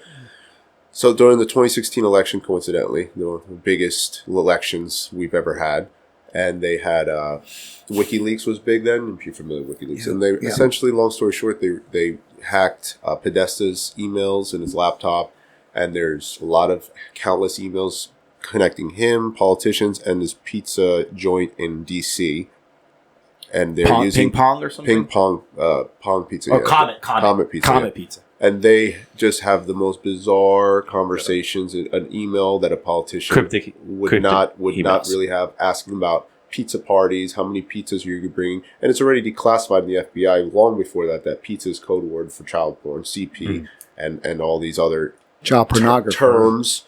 So the question would have been, is it real? Is it not? And there's so much more to it, but Yeah. I'll have to look into it. I do know that the FBI started doing a lot of stings with child pornography online. So they put out a lot of child pornography, but they were behind it to draw people in to get them. I just want to clarify this because when I looked it up on Google, no, you're not going to find anything. No. And first of all, the first thing you see is Pizzagate conspiracy theory. It's no, false. it's fake story, blah, blah, blah. But it's Comet Ping Pong because there is a Comet Pizzeria. That's a normal pizzeria. We're not talking about that one. Yeah. Comet Ping Pong. Comet Ping Pong, But yeah. we'll skip that one. I actually lost the other one in my head. It was so good too. There's Pizzagate. We were talking about Flat Earth, and you said 2 more. Maybe that'll jog your memory. There's one other one that's along Pizzagate with Anthony Weiner. Was it Frazzle Drip. Frazzle Drip. Do you know anything about Frazzle Drip? Heard No. of it? These are Okay. like new age. So this is the like, newest one. Very new. It's allegedly Anthony You know, it's Weiner's not laptop. Frazzle Drip. It's frazzle.rip. Okay. Frazzled Yeah. dot rip is the rip file. But they call it Frazzle Drip. Ah, Yeah, gotcha. Frazzle Rip. Okay, thank you for clarifying Well, that. I because the didn't know file that. got destroyed and deleted. Yeah, so Anthony Weiner laptop, that whole weird thing that happened with him, he had a thing on his desktop that said insurance. And allegedly the video was of Hillary Clinton and Weiner's wife wearing- Ahmedin. Ahmadin. wearing a child's face, scaring other children. And I think the whole conspiracy is adrenochrome and scaring these kids or whatever. So that's the alleged video. And all the cops that saw the video within like a 6-month span were suicided. And I'm pretty sure the video was destroyed. Well, the Clintons have a long list of associates that. Are you familiar with adrenochrome and the conspiracy? No, I don't know. No. Essentially, it's a chemical from your adrenaline, adrenal gland, and you need, in order to harvest it. It sounds dumb, but it's actually a real thing. To harvest it, you need to essentially initiate adrenaline. So the easiest way is to have children and scare them or horrify them, and then they harvest it. And there's a big once thing you do it, then it kicks in. yeah, and then you can use that, and it gives you, essentially, it's like Satan blood. Like, it gives you youth and just beauty and feel great and euphoria, and that's what they think is a huge underground trafficking, especially in Hollywood. Could be a lot of weird shit, man. Yeah. Yeah, there's a lot of evil. you know, think of the last one because I'm curious too what it was. In your career, have you ever, spoken to someone that was like, "Hey, Doc, I got to tell you something. My friend committed suicide by shooting himself in the head twice." No. I've never had anybody confess a murder because I warn everybody that there's certain things I got to report. Yeah. Murder, there's no statute of limitations. But if Hillary Clinton were your client, she would be able to tell you how her friend committed suicide by double gunshot to the head. Then I'd have to kill her because then I know I'd be dead. That's where the streetwise comes in. I would never. By the way, I'm just kidding. I would never take her on as a patient. Yeah, no, fuck that. Oh, easy. This was not that great actually. But what happened to Epstein? Is he still alive? Yeah, I think he is. Yeah, I think Epstein was a Mossad agent, and I think that the Mossad is probably one of the best Absolutely. intelligence agencies. And I think that so let's just think about this for a minute. Let's pick on the Clintons. Let's say Bill Clinton, who I don't mind. I think he's a nice guy in a sense. He's jovial and everything. Okay, but you can't get close to him. So, but you got to take a look at his weakness. We know what his weakness is. Women. Yeah. So you get him on the island. You lure him in. You get him in a compromising position. You get a woman that looks like she's of age, but she's not. You videotape it. Now you got him. Mm-hmm. And I think the Mossad in Israel put a lot of money into Epstein, billions, and of course, they reached over to our intelligence agencies and we worked together because we don't mind getting compromising information on politicians because that way you could control them. I've been to the jail, the correction facility to do evaluations where the unit that he was in. I got to tell you, it's impossible to kill yourself in there. They got cameras. They got 24-hour surveillance. Did you hear the side part about that? I actually heard from Rogan. Says no. His initial cellmate was this monstrosity, this droided up ex-cop that got put in there for life for murdering a bunch of people. Mm-hmm. Like the worst guy to put with this scrawny dude. Though. You don't really have that. They originally did. Yeah. They originally, but the thing is, where he was being held, it's 24/7 surveillance. But then again, look what happened. The cameras went down. Yeah. The guards were on break, which is awesome. Isn't that great? There's Could also you imagine that doesn't happen in jails? You'd be shut down. You'd be sued to oblivion. Someone's fired, at least. No, he's probably paid off. He's paid off. Well, I'm saying if that actually happened. Right. Or killed. There was apparently someone that worked at the correction that went on Reddit saying there was a weird ambulance that showed up that wasn't on the books. Yeah, it was probably carted out. Yeah. There's also a thing saying that the body that was there was not his actual body because they could tell, because I think Epstein had his prostate removed where this person had a prostate. Mm-hmm. And they found that out from the Epstein emails. Where is he now? Could be in the Caribbean. Could be anywhere. There's plenty of places you could hide out. It doesn't matter. Beach is Hitler? Maybe Bariloche in Argentina. That's where Hitler originally probably went. But the thing you got to remember with Epstein, you could get plastic surgery. You could look completely different. If you have a lot of money, you could hide out anywhere. Well, how about this? Think about a really, really good theory of why he's still alive, and I believe he's still alive. He was I think they call it a legate in the Roman Senate, a legate, right? For David Rockefeller and the Rothschilds for the Trilateral Commission back in the 80s and 90s. He admitted this to Steve Bannon in an interview, right? Yeah. He was the legate. Yes. He was a legate. He's a powerful guy. Well, you gotta look into even further, like Ghislaine Maxwell. Yeah. You know her father was. Yes. Her father was a huge, what was it? A lot of money. MI6. What's the? No, Mossad. No, MI6 is England. Exactly. He was. United Kingdom. He was. They're English. Yeah. And they're all tied James to intelligence Bond. agencies. 100%. The royal family. Look, I thought he was Mossad.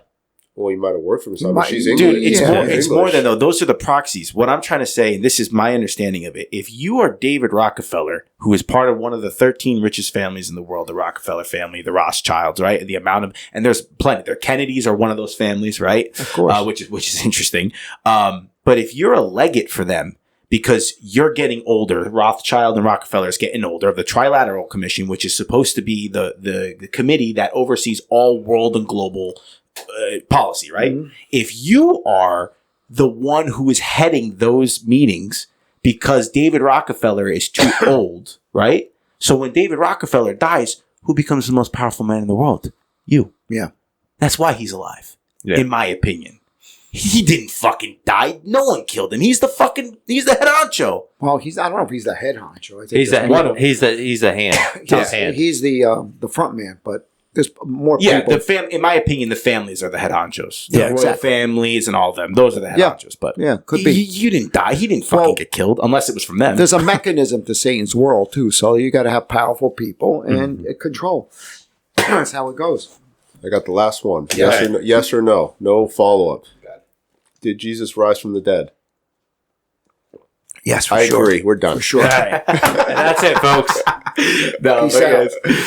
guys, that was a lot of fun. It was a lot of fun, man. That was a lot of good conversation in here. I liked it. I don't think it was not even one small bit of nothing. No, it was yeah. combo to combo. It was really good. I think there's a lot of good nuggets that we Sorry I got out couldn't of this. debate more. We just aligned on too many issues. Well, that's fine. And you want to know what? There's nothing really to nuances, but You know what though? For the people who want that other opinion, get another. Get, some, You got to leave get it in the someone with a comments. lower IQ in here. That's the problem. Yeah, there we get go. somebody with a diametrically opposite view of, say, mine. Sure. And I know people. We'll get them in here, and I'll debate them. All right, fine. We'll do that. That'll do be that. our next one, folks. You hear to hear a lot of good stuff. One thing I will say, think for yourself. Just because we said it doesn't mean it's the truth. Think for yourself.